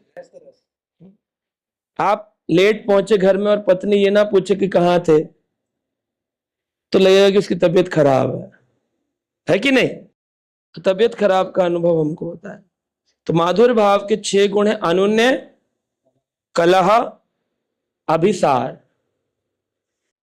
अभिसार यानी कि the crux of the fight, जो झगड़ा हुआ उसका मूल क्या है, किस बात पे झगड़ा हो रहा, अभिसार। फिर है निकट बैठना, अब ठाकुर जी मनाने के लिए निकट जा रहे हैं, निकट बैठना। और फिर राधा रानी का गुस्सा होकर के दूर चला जाना, मान लीला, वियोग हो जाना। और वियोग से फिर बाद में कृष्ण का अलग अलग रूप धर के जाना और फिर संधि करा। तो अनुनय से प्रारंभ होकर संधि तक के ये माधुर रस के ही 6 भाग हैं। इसमें झगड़ा नहीं होता है, डाइवोर्स नहीं होता है। यहाँ पर संधि होती है, अंत में संधि है। कोई भी मान लीला है कृष्ण की, उसमें अंत में संधि, रिलेशन वापस स्ट्रांग और स्ट्रांग और स्ट्रांग होता है। तो संसारी झगड़ों से रिश्ते और खराब और खराब और खराब होते हैं, लेकिन वहां पर और स्ट्रांग और स्ट्रांग और स्ट्रांग होते हैं। ठीक है, तो उदीपान में गुण हो गया, दूसरा हो गया चेष्टा। दोनों चेष्टा समझ ली, एक युद्ध चेष्टा, दुष्ट दलन चेष्टा, और एक माधुर्य रासलीला चेष्टा। ये चेष्टा करते हैं, कभी रास करने की, कभी दुष्ट दलन करते हैं तो वासुदेव कृष्ण दलन करते हैं, और जब रासलीला करते हैं तो यशोदा कृष्ण रास करते हैं। तो दोनों प्रकार की चेष्टा कृष्ण के शरीर में होती है। संकल्प शक्ति कहे, चेष्टा कहे। फिर तीसरा था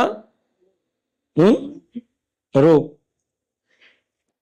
तो रूप को इन्होंने भाग दिया है कह के भगवान के प्रसादान रूप का एक नाम है। प्रसादान यानी अटायर, कपड़े, वस्त्र।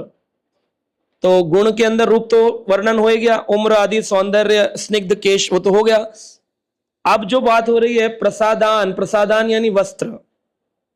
जैसे ललित मोहन प्रभु ने क्या पहना है, धोती कुर्ता का प्रसादान, वस्त्र, अटायर। अटायर तो समझते हैं आप लोग, अटायर है ड्रेस, हाँ समझ रहे हैं आप लोग। प्रसादान वस्त्र, तो प्रसादान को 3 भाग में डिवाइड किया गया। जब भगवान का श्रृंगार होता है तो उनके प्रसादानों को 3 भाग में विभक्त किया है। पहला है भगवान के वस्त्र, वस्त्र वस्त्र क्लोथ्स। दूसरा है अकल्प यानी आभूषण, और तीसरा है मंदान, मंदान यानी कि मुकुट, ज्वेलरी। तो आभूषण और इसमें दोनों में भेद है, वो बताता हूं क्या भेद है। तो पहला है वस्त्र, वस्त्र। दूसरा है अकल्प, तीसरा है मंदान। तो वस्त्र में तो आ गया, आज ठाकुर जी ने क्या पहना है, 2 पीस का क्लॉथ पहना है, 2 पीस। स्विमिंग कॉस्ट्यूम पहनते हैं लोग, 2 पीस, 2 पीस, 3 पीस सूट पहनते हैं लोग। धोती कुर्ता क्या कौन सा पीस है, 2 पीस। तो कभी कभी ठाकुर जी धोती कुर्ता पहनते हैं, 2 पीस, 2 टुकड़े। कभी कभी 4 पीस, 4 पीस में क्या होता है, धोती कुर्ता, सर ये डालते हैं पटका, और कमर में काली कमली गमछा जो है वो बांधते हैं। जहां असुर दलन करना है, कमर कसली, कमर कसना बोलते हैं, कि धोती ना गिर जाए तो उसके ऊपर एक बेल्ट कपड़े की लगा ली। तो 4 पीस हो गए। तो कभी 2 वस्त्र के टुकड़े हैं और कभी 4 टुकड़े, और कभी कभी इसके ऊपर भी दुशाला, नहीं पगड़ी इसमें नहीं आएगा, वस्त्र में नहीं आती पगड़ी। तो दुशाला मतलब शॉल डाल दिया सर्दी के मौसम में, है ना। तो ये सब किस में आ गया, वस्त्र में आ गया। और फिर दूसरा है अकल्प, अकल्प यानी नेचुरल ऑर्नामेंट्स। जैसे बालों का स्टाइल कैसा है, घुंघराले केश है, स्निग्ध केश है कि सीधे है। माता कराती ना स्ट्रेटनिंग, कर्लिंग, कितना कराती, लगती वैसी की वैसी, लेकिन कराती तो कराती तो है परिवार, वो सोचती परिवर्तन। और ठाकुर जी तो होते हैं डिफरेंट, लेकिन स्त्री पुरुष क्या बदलेंगे, पुरुष भी कराते रहते हैं स्टाइल, छोटे कर दो, बाल कर दो। एक आदमी था, उसके 3 बाल थे, चला गया स्टाइलिंग कराने, बोला मेरे ना चोटी बना दो, मैं वैष्णव बनना चाहता हूं। तो चोटी बनाते बनाते वो ब्रेड कर रहे थे, एक बाल टूट गया। तो कह रहे अरे तो एक ही 2 ही रह गए। कह रहे काम करो फिर इसका वो गांठ लगा करके वो बना दो आप, चोटी के अंदर गांठ लगती है, गांठ लगा करके। तो गांठ लगाने की कोशिश करी तो एक और टूट गया। कह रहा है अभी तो एक ही बचा है। कह रहा रहने दो फिर मैं खुले ही छोड़ देता हूं। तो मैं देखता हूं, मैं जाता हूं ना कभी कभी, वैसे तो ज्यादातर घर पे ही शेव करते हैं, हेड शेव। कभी कभी नहीं समय होता तो जाते, दुकान पर भी जाते हैं। तो मैं देखता हूँ वहां पर कितने 80 साल 70 साल का आदमी भी सफेद बाल छुपाने के लिए वो डाई वाई कराते रहते हैं। और एक बाल भी दिख जाए तो चिल्लाते हैं उस पे जो करने वाला है कि भाई ध्यान से नहीं कर रहे हो आप, शादी में जाना है हमको। तो मैंने उन नाई से पूछा, मैंने कहा इनको अपनी में जाना है किसी और की में जाना है?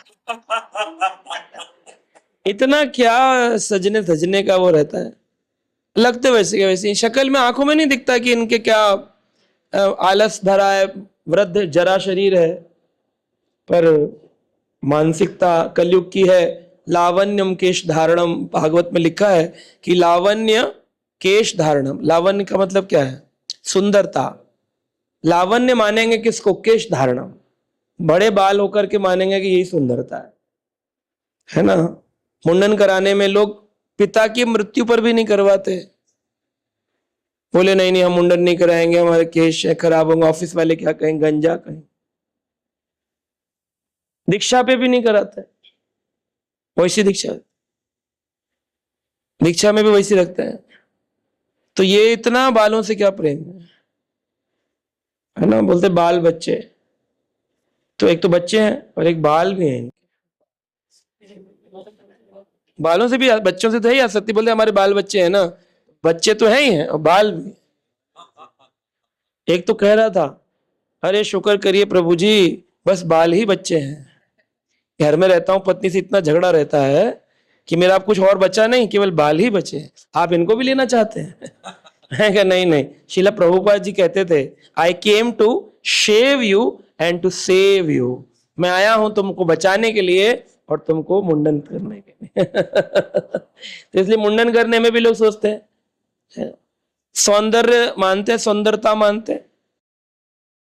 आजकल तो आप जानते कितने कितने प्रवक्ता हैं, बाल हटाने में उनको तकलीफ होती है। कहते हैं हमारी सुंदरता है।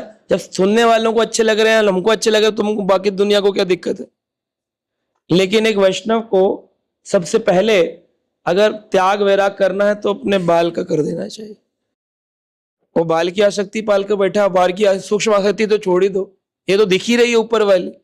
और वो बाल भी वो कौन सा है जो गिर के नाली में अगर चार टूट जाए तो उठाकर कभी चिपकाए, यहाँ तक है मेरे 4 बाल गिर गए, उनको उठा के डस्टबिन में डाल देते, निकृष्ट वस्तु, तभी तो फेंकते। और वो गंदे बाल जो है निकले, कंगी की माता जी ने निकाल कर बाल छोड़ दी डस्टबिन में, तो गंदा था ना, फिर हाथ धोते हैं ना, फिर लेकिन जो चिपके हुए हैं उनको ऐसे ऐसे करते रहते, खाना खाते रहेंगे, प्रसाद पाएंगे। आपने बाल वो अस्पर्शी किए, वो चिपका था तो अस्पर्शीय है और निकल गया तो अस्पर्शी, ये कौन सा दिमाग है? बाल हर रूप में अस्पर्शीय है, इसलिए भोजन बनाते वक्त, भोजन पाते वक्त हर समय बाल बंधे होने चाहिए। रखो ही क्योंकि बांधने पड़े। तो माता जी तो नहीं काट सकती है, काटने वाली काटती भी। आप जाइए दक्षिण भारत में तो तिरुपति बालाजी में अनेक माताएं अपने शरीर मस्तक मुंडन करती। हरदास ठाकुर जी की शिष्या हुई, उन्होंने लक्ष्य हीरा अपने बाल मुंडन की। लेकिन अभी इस्कॉन में करेंगे तो लोग बोलेंगे इतनी क्या भक्ति करने की जरूरत है, रुको थोड़ा संभल संभल के चल। मतलब लोग बनाए संस्था भक्ति करने के लिए, फिर खुद ही बोल देगा दूसरा आदमी क्यों इतनी कर रहे हो, तो फिर किस लिए बनाए थे? उतनी करने के लिए तो बनाए थे। लेकिन फिर भी एक भक्त दूसरे भक्त को टोक दे। बड़े वरिष्ठ नहीं बोलेंगे, नीचे वाले बोलते रहेंगे, आसपास के मित्र मंडली। तो ये तो क्या कर सकते हैं। तो भगवान के जो अकल्प हैं बाल, भगवान के सौंदर्य है, और उनके मालाएं जो वक्षस्थल पर माला पड़ती है वो भगवान की अकल्प में आती है। भगवान के चेहरे पर चित्र बनाए जाते हैं, चेहरे पर अब देखते हैं कभी फ्लावर बने, कभी रेखा ऐसे है, ऐसे ऐसे। इसको डेली सुबह किया जाता है, ये फिक्स नहीं होता है। जैसे हम लोग तो क्या करते हैं, पूजा माता जी से पेंट करवा लेते हैं अपने डेटीज को, एक बार माता जी ने बना दी अपने मनोभाव से, हम डेली आरती उतार। वृंदावन में रात को ठाकुर जी का औलाय दर्शन होता है। औलाय दर्शन यानी तेल लेते हैं, पूरे शरीर पर मसाज होती है, केवल कोपीन धारण करके रात को 8:45 बजे हर मंदिर में, राधा रमन, राधा गोविंद, राधा दामोदर, 8:30 8:45 अलग अलग टाइम रहता है। औलाय दर्शन, ऑयल लगाकर दर्शन होता है, पूरा शरीर पे इधर ब्लैक कलर का विग्रह पूरा चमकता हुआ दिखेगा, औलाय दर्शन। फिर 9 बजे ठाकुर जी शयन पे जाए, मसाज करेंगे, फिर भक्त लोग उनके कीर्तन करेंगे, सो जाए।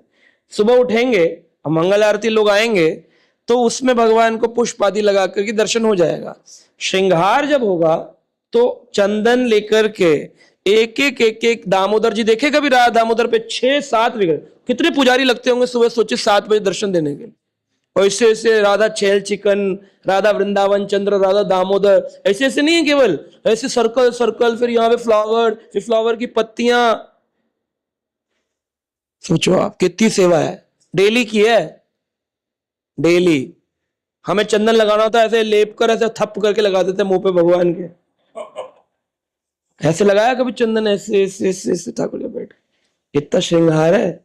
उसको क्या कहते हैं हिंदी में, क्या बोलते हैं उसको, जो ये श्रृंगार है इसको क्या बोलते हैं? हाँ, श्रृंगारी, श्रृंगार नहीं, और अल्पना, अल्पना नहीं, और ये बनाते हैं। अरे कुमकुम तो आप वस्तु का नाम बता रहे हैं, जो डिजाइनिंग, इस डिजाइनिंग कला को क्या कहते हैं? अरे गोपी डॉट डॉट हो गया, मैं बोल रहा हूँ डिजाइन क्या होता है? कलाकृति तो दीवारों पर होती, भगवान में थोड़ी कलाकृति होती है। क्या बड़ा कलाकार आया कृति दिखाने अपनी मेरे को, क्या होती भगवान? सर्च करिए, मैं बता दूंगा वैसे आपको। हाँ, ऑनलाइन ही करोगे और कहाँ सर्च? आपके ग्रंथ है सो सर्च करने के लिए? नक्काशी, नक्काशी तो कांच पर होती है, दीवारों पे होती है, लकड़ी पे होती है, भगवान पे नहीं। क्या बोलते हैं?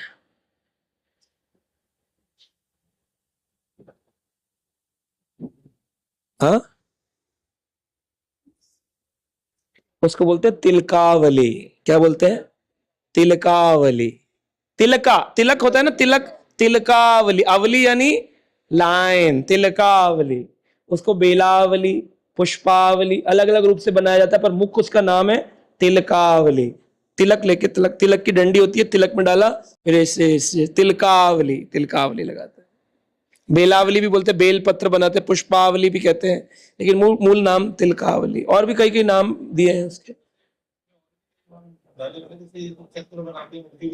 हाँ, वही तो मैं बोल रहा हूँ, अलग अलग अलग अलग, जैसे पुष्पावली, बेलावली, अलग अलग नाम है, पर मूल तिलकावली, तिलक है। टिपारा,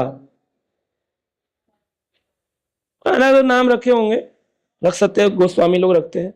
तो फेस पेंटिंग्स जो बनाना, और तिलक करना, और भगवान के पुष्प आदि हाथ में पकड़ाना, ये हो गए आयुध। भगवान के जैसे चक्र है, तो चक्र को भी पेंट करना, लोटस, कमल, और भगवान के ये जो है शंख, भगवान के चतुर्भुज है अगर, तो उसमें मार्किंग्स करते, शंख पर पेंट होता है, चांदी का, चांदी चांदी लगाई जाती है, स्वर्ण लगाए जाते हैं चक्रों पर, शंखों पर। तो जो भगवान की नेचुरल बॉडी में है, ये हो गया अकल्प। और अब हो गया मर्दन। अब जैसे तिरुपति बालाजी हम लोग जाने वाले हैं अहोबिलम यात्रा से पहले, तो तिरुपति बालाजी का जब औलाय दर्शन होगा रात में, तो आपको केवल ब्लैक कलर की बॉडी में गार्लैंड भी दिखेंगे, और चतुर्भुज रूप में चक्र आदि, शंकर चक्र कमल गदा भी दिखेगा। लेकिन जब सुबह आएंगे तो वो कुछ नहीं दिखेगा, केवल एक बड़ा सा तिलक दिखाई देगा, और दूर से आपको दिखाए, आप कहेंगे कुछ दिखाई नहीं मेरे को। इतना वस्त्र भंडार ऊपर लगा देते हैं, इतना पुष्प लगाते हैं, इतनी तिलकावली होती है, ऊपर इतना बड़ा क्राउन लगाते हैं। तो ये जो क्राउन है, मत्स्य कुंडल है, मछली की मकराकृत कुंडल है, एंकलेट्स, एंकल में जो बांधते हैं, नूपुर, हाथ में कंगन, वेणु कर करे कंगणम, आता है ना, मुक्तेचा, भगवान कृष्ण का, सुललितम, रक्त चंदन लगाते हैं भगवान को। तो ये जो, ये मंदन के अंदर आता है, मंदन, और ये ओवरऑल प्रसादान के अंदर आता है। तो ये वस्तुएं भी क्या कर सकती हैं? उद्दीपन प्रदान। एक जगह में गया था, जगन्नाथपुरी, हाँ एक जगह नहीं, जगन्नाथपुरी गया, तो वहां के एक पंडा जी ला करके मेरे मुंह में कुछ डाले। मैंने कहा ये क्या था? बोले जगन्नाथ जी को जो तिलक लगता है, वो तिलक ड्राई होता है, आपका तिलक गिरता है कि नहीं गिरता है? तो भगवान का भी गिरेगा। तो ड्राई होकर जो तिलक गिरा था, बोले मैं श्रृंगार कर रहा था रात में, तो मैं आपके लिए लाया हूँ, ये मेरे गिरा, मैंने कपड़े में रख लिया कि प्रभु जी को दूंगा, तो मैं आपके लिए भगवान का ये तिलक लाया, उसको जल्दी से खा, मतलब मुंह में डाल दिया था, खा लीजिए इसको। और मैं उसको रख रहा, मैं अब खाऊंगा कैसे? भगवान का तिलक निकाल नहीं सकता हूँ, मैं सोचा था संभाल के रखता, उसका टुकड़ा टुकड़ा सबको देता, सारे भक्तों को, पर वो पूरा का पूरा मुंह में डाले। उसमें इतना कर्पूर, इतना चंदन, इतना कुमकुम, इतना सब कुछ में सारा आ रहा था फ्लेवर मुंह में, सारा तिलक मेरे को खिला दिए। हाँ, हाँ, वो तो चंदन दिया था, जो जो चंदन लागी वेश का चंदन होता है उस। हाँ, शेव, शेव का भी देते हैं, भगवान की शेव भी होती है, जगन्नाथ जी की शेव भी होती है डेली। तो शेव के ब्रश आते हैं, और ब्रश दातुन होता है, वो जो कर्पूर लगा करके सीधा ब्रश रखा जाता है, थोड़ी देर बाद जाके देखेंगे तो छिला हुआ ब्रश छिल जाता है, दातुन किया ठाकुर जी ने।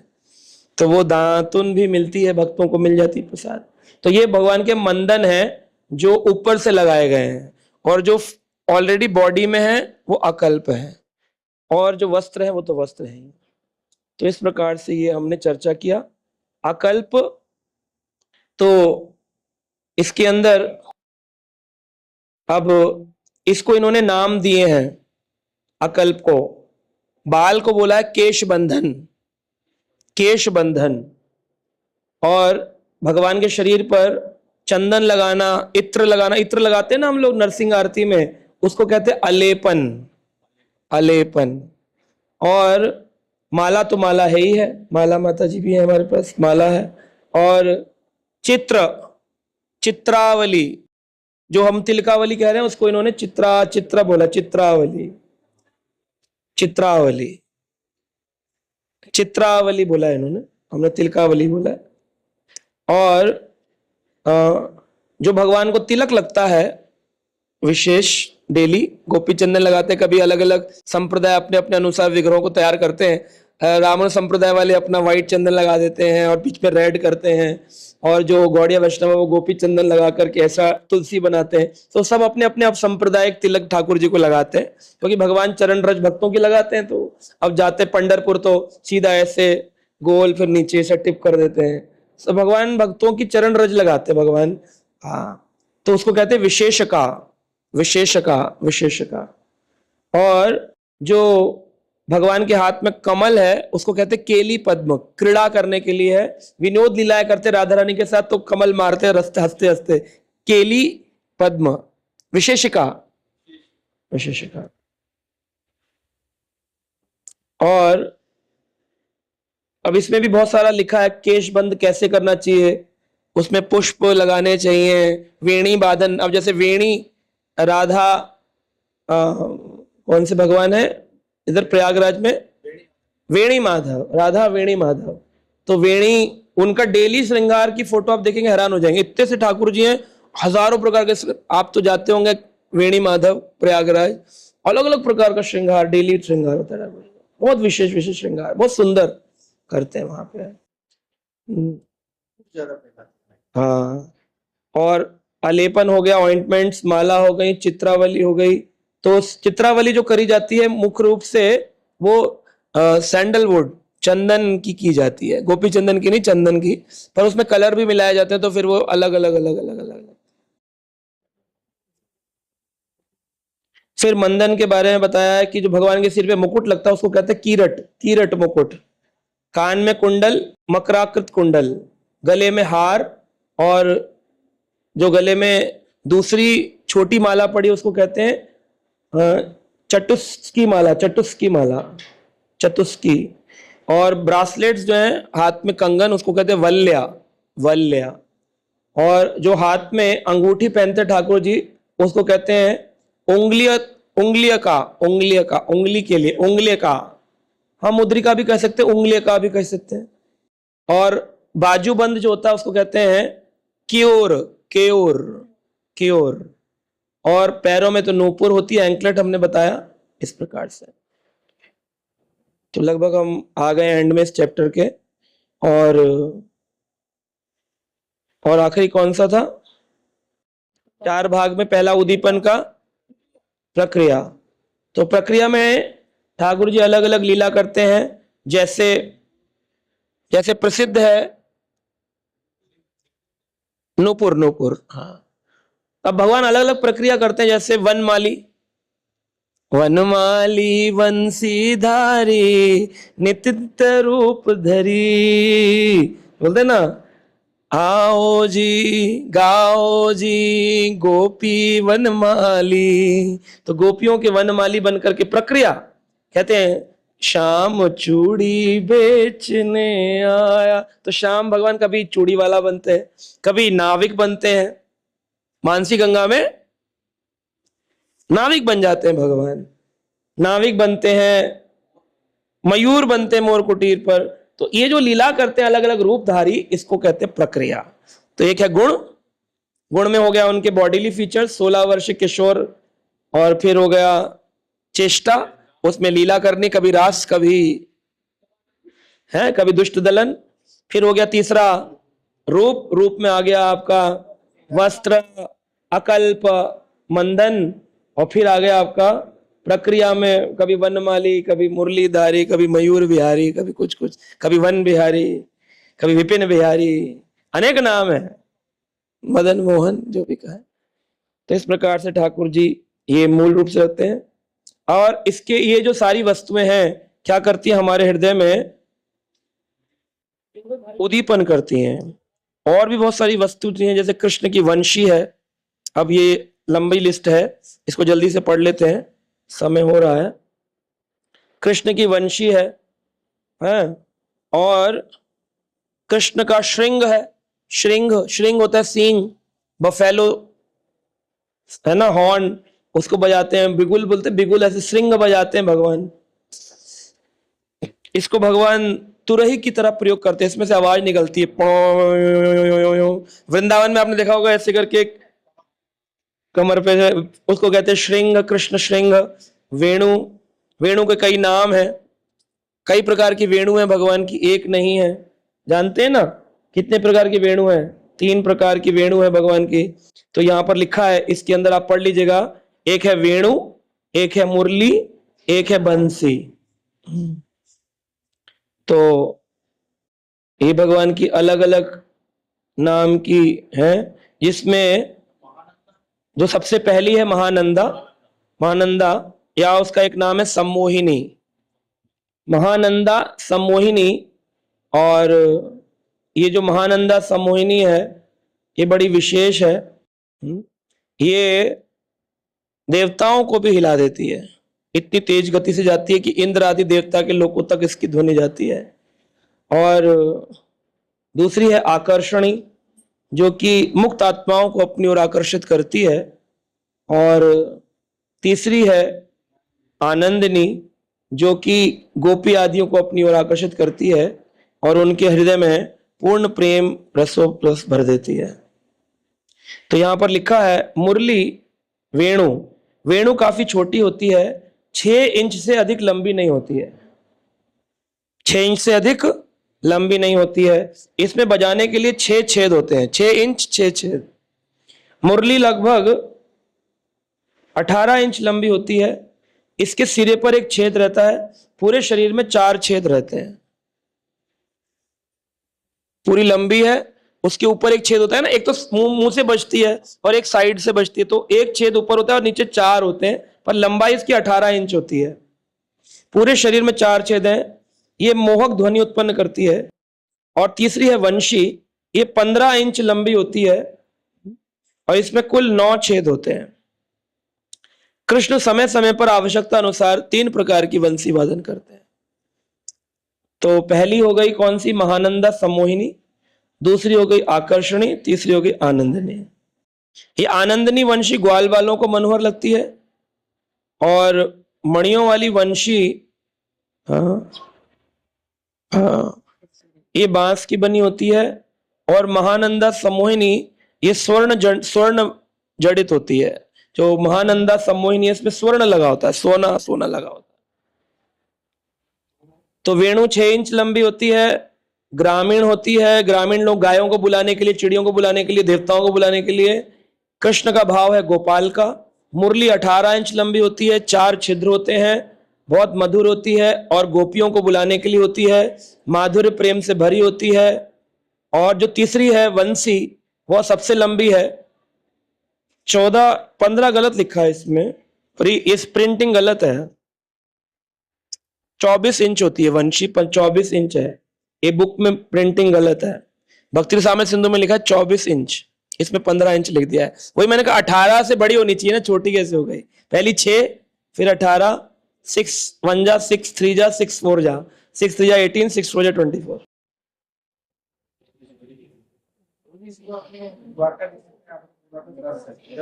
वो अलग अलग ग्रंथ में अलग अलग रूप से वर्णित, तो उसमें द्वारका लीला में वैसे लिखा हुआ था, पर हम आज पढ़ रहे हैं भक्ति रसामृत सिंधु के अनुसार पढ़ रहे हैं। मतलब इतना तो पता चलेगा 3 अलग प्रकार की हैं, है ना। और महाराष्ट्र में ये यूज होती है, बंसी यूज होती है। तो हम लोग बोलते हैं ना वेणु गीत में वेणु वेणु वेणु, लेकिन वेणु नहीं उपयोग होती है, बंसी उपयोग होती है। हाँ, तो हाईएस्ट रसा जो है माधुर्य का, वो वंशी से प्रकट होता है, और उसमें स्वर्ण लगे होते हैं, स्वर्ण जड़। हाँ, वंशी वट में स्वर्ण जड़ित वंशी, वंशी रासलीला होती, बिल्कुल सही, वंशी वट में वंशी, याद रहेगा, वंशी वट में वंशी। महाराज सही बोला, गंगाधर प्रभु की जय। तो गोपियों को कभी कभी वेणु से ईर्ष्या भी होती है, बंसी से ईर्ष्या होती कि सदा भगवान का अधरामृत का पान करती, फूकते रहते, चिपकाते रहते। कृष्ण का शंख, कृष्ण के नूपुर, कृष्ण के चरणों में 19 चिन्ह, कृष्ण की लीला स्थलियां, कृष्ण का प्रिय पौधा तुलसी, और कृष्ण के भक्त कृष्ण के स्मरण के विशेष दिन, जन्माष्टमी, रामनवमी, एकादशी, पूर्णमासी, ये जो आ रहे अपने पुरुषोत्तम मंथ, कार्तिक महीना, ये सब कृष्ण के स्मरण के विशेष दिन। ये भी उद्दीपन, कृष्ण प्रेम प्रकट करते हैं। कृष्ण के भक्तों को देखते हैं जब वो प्रभु जी को देख करके, महाराज जी को देख करके, गुरु जी को देखकर कृष्ण प्रेम। कृष्ण की तुलसी, चतुर्मास, कृष्ण की तुलसी, तुलसी को देख करके कृष्ण प्रेम उद्दीपन होता है। कृष्ण की लीला स्थली वृंदावन, मायापुर, जगन्नाथपुरी स्थली देख करके कृष्ण उद्दीपन होता है। कृष्ण के चरणों के चिन्ह, 19 चिन्ह देख करके उद्दीपन होता है। शंख देखकर कृष्ण का, नूपुर देखकर, श्रृंग देखकर। तो यहां पर श्रृंग के बारे में कहते हैं, एक गोपी, उसका नाम है तारावली। कितने सारे नाम आ गए आज ना, तिलकावली, चित्रावली। माताएं अपने बच्चों, लड़कियों के नाम रख सकती हैं। चित्रा का नाम रख सकते हैं आप, चित्रावली। अरुणोदय प्रभु क्या नाम रख सकते? चित्रा का चित्रावली, तो वो दीक्षित नाम हो जाएगा, चित्रावली। तारावली, इसमें तारावली को कृष्ण की वंशी रूपी विशैली सर्प ने डस लिया है। तो तारावली नामक गोपी क्या कहती है? एक कहा है कि तारावली को कृष्ण की वंशी रूपी विशैले सर्प ने डस लिया है। तारावली के लिए वो बंसी कैसी है? विष जैसी है, जो कृष्ण की ओर आकर्षित करके डस रही है। इस विष को समाप्त करने के लिए गोपी ने कृष्ण के हाथ के उस श्रृंग से उत्पन्न नाद रूपी दूध को पिया। जो श्रृंग है उसमें से क्या निकलता है? आपने देखा होगा, जो लोग शिवलिंग के ऊपर अभिषेक करते हैं वो श्रृंग से करते हैं, तो उससे क्या निकलता है? दूध निकलता है। तो कह रहे हैं वह उत्पन्न नाद रूपी दूध, नाद बजाय ना, कृष्ण की वंशी वाली वेणु बजी, वेणु ने डंक मारा, तो डंक को उतारने के लिए नाद रूपी श्रृंग दूध पिया, किंतु विष उतरने की बजाय 1000 गुना बढ़ गया, क्योंकि दूध पीने से विष बढ़ता है ना। विषवर्धनम पयोपानम भुजंगा नाम केवलम विषवर्धनम। जब भी सांप को दूध पिलाएंगे विष बढ़ेगा। उसने जब दूध पिया तो वो विष और बढ़ गया, और वो कृष्ण की ओर कहती, अब तो मैं कृष्ण की हो गई, अब मैं कह जाए। एक बार किसी गोपी ने अपनी सखी से कहा, हे सखी, जब मैंने कृष्ण के पाद नूपुरों की ध्वनि सुनी तो देखने के लिए तुरंत घर से निकल आई कि छन छन आवाज आ रही है, चलो चलो देखे कृष्ण आ रहे होंगे। लेकिन मुझसे पहले मेरे घर के गुरुजी उपस्थित हो गए और मैं बाहर ना जा सकी, लेकिन उस नूपुर ने मेरे प्राण आकर्षित कर लिए। कृष्ण के शंख का नाम क्या है? पंचजन्य। कृष्ण कुरुक्षेत्र युद्ध में से बजाया था, और ये दिव्य शंख कहता है, बजाते तो असुर पत्नियों के गर्भ गिर जाते हैं, देवताओं की पत्नियां सभी प्रकार से उनका कल्याण होता है। तो शंख की ध्वनि करनी चाहिए कि नहीं करनी चाहिए? कई बार लोग प्रश्न पूछते हैं, शंख बजाएं घर में कि नहीं बजाएं? क्योंकि स्मार्ट लोग कहते हैं नहीं बजाना चाहिए, ये हड्डी होती है, वीडियो आते हैं, अगरबत्ती मत जलाओ, बांस होता है, शंख मत रखो, हड्डी होती है, और नहीं रखने से कबड्डी होती है। तो घर में शंख बजाना चाहिए। हाँ, भगवान कृष्ण का जहां पर घर में हो, डेली शंख ध्वनि होनी चाहिए, 3 बार सुबह, 3 बार शाम को, 3 बार आरती के पहले, 3 बार आरती के बाद, कर सके तो। उससे क्या होता है, जितनी नेगेटिविटी होती है शंख में इतनी शक्ति है। मैंने शंख पर एक वीडियो बनाया था बहुत साल पहले। शंख में इतनी शक्ति, सभी नेगेटिविटी को दूर ले जाए। कोई आसुरी प्रवृत्तियां जैसे आत्माएं घूमती रहती हैं, शंख ध्वनि उनको दूर कर देती है। तो जोर जोर से शंख बजाना चाहिए। शंख बजाने से लंग्स में, जैसे मुझे खांसी रहती है तो मैं ज्यादातर डेली शंख बजाने से क्या होता है, गला ठीक होता है, लंग्स खुलती हैं। ये सबसे बड़ी योगिक क्रिया है शंख बजाना। और घर के अंदर पवित्रता आती है, पितरों तक इसका उद्धार करने की शक्ति है। भगवान को शंख बजाने से जागृत करने की शक्ति है कि प्रभु हम तुम्हारी आरती सेवा शुरू कर रहे हैं। तो अनेक अनेक उसके फायदे भी हैं। ओवरऑल काउंट शेल शंख घर में रखना बहुत पवित्र है, इसलिए किसी की बातें हाँ नहीं सुननी चाहिए। और जो बांस रूपी अगरबत्ती का इस्तेमाल करने को मना किया जाता है, तो हम लोग बांस यूज नहीं करते हैं। हमारे मंदिर में जो अगरबत्ती होती है उसमें क्या होता है, क्या होता है, लकड़ी होती है। कौन सी लकड़ी होती है? उसका नाम है अगरवुड। अगरवुड, अगरवुड होता क्या है? अगरबत्ती के लिए बनने वाली एक लकड़ी है, उसका नाम है अगरवुड। उसके ऊपर मसाला लगाया जाता है और उसको जलाया जाता है। तो बांस जलाना मना है, लेकिन अगरवुड जलाना, लकड़ी तो जलाते हैं ना, लकड़ी तो जला सकते हैं ना, चंदन की लकड़ी भी जलाते हैं। तो बांस को बोल देना कि बांस, तो बांस में सस्ती अगरबत्ती आती है, 10 रुपए की रोड पे मिलती है, उसमें बांस होता है, वो नहीं जलानी चाहिए। उसमें तो दुर्गंध भी आती है और उसमें राख निकलती है और ऊपर केवल फ्लेवर रूपी सुगंध डाली जाती है, केमिकल। लेकिन जो हमारे यहाँ आती है नेचुरल अगरबत्ती, बैंगलोर से बनती है, वहां पर अगरवुड यूज किया जाता है। अगरवुड से पूरा लेपन क्या होता है, हमने देखा फैक्ट्री को, अगरवुड की डंडी लगाते हैं, फिर लेपन करके निकाल के डब्बे में डाल। इसलिए आप देखेंगे मसाला निकलता है, हमारी अगरबत्ती निकलती है, मोटी होती है, खींचने पर निकलता है मसाला भी। अगरवुड हो तो उसमें कोई अपराध नहीं है। बांस जलाना में है गड़बड़ कि भाई बांस को शमशान में भी नहीं जलाया जाता, नियम उसके लिखे हैं पुराणों में। लेकिन बांस की टिकटी होती है जिस पर अंतिम संस्कार होता है, और वो उठाकर लकड़ी पर रख दी जाती है और बांस को फेंक दिया जाता है। बांस का उपयोग नहीं होगा जलाने में, बांस कहीं नहीं जलता है। तो बांस की अगरबत्ती ना हो, किसकी हो? अगरवुड की हो। या फिर बिना बिना स्टिक वाली भी आती है आजकल, अगरू छोटी छोटी, वो उपयोग कर सकते हैं। पर लोगों ने अगरबत्ती करना बंद कर दिया, बोले अरे ये तो बांस होता है। इतने ज्यादा नियम अग्राही हो गए कि नियम ही करना बंद कर दिया है। तो हम नियम बंद ना करें।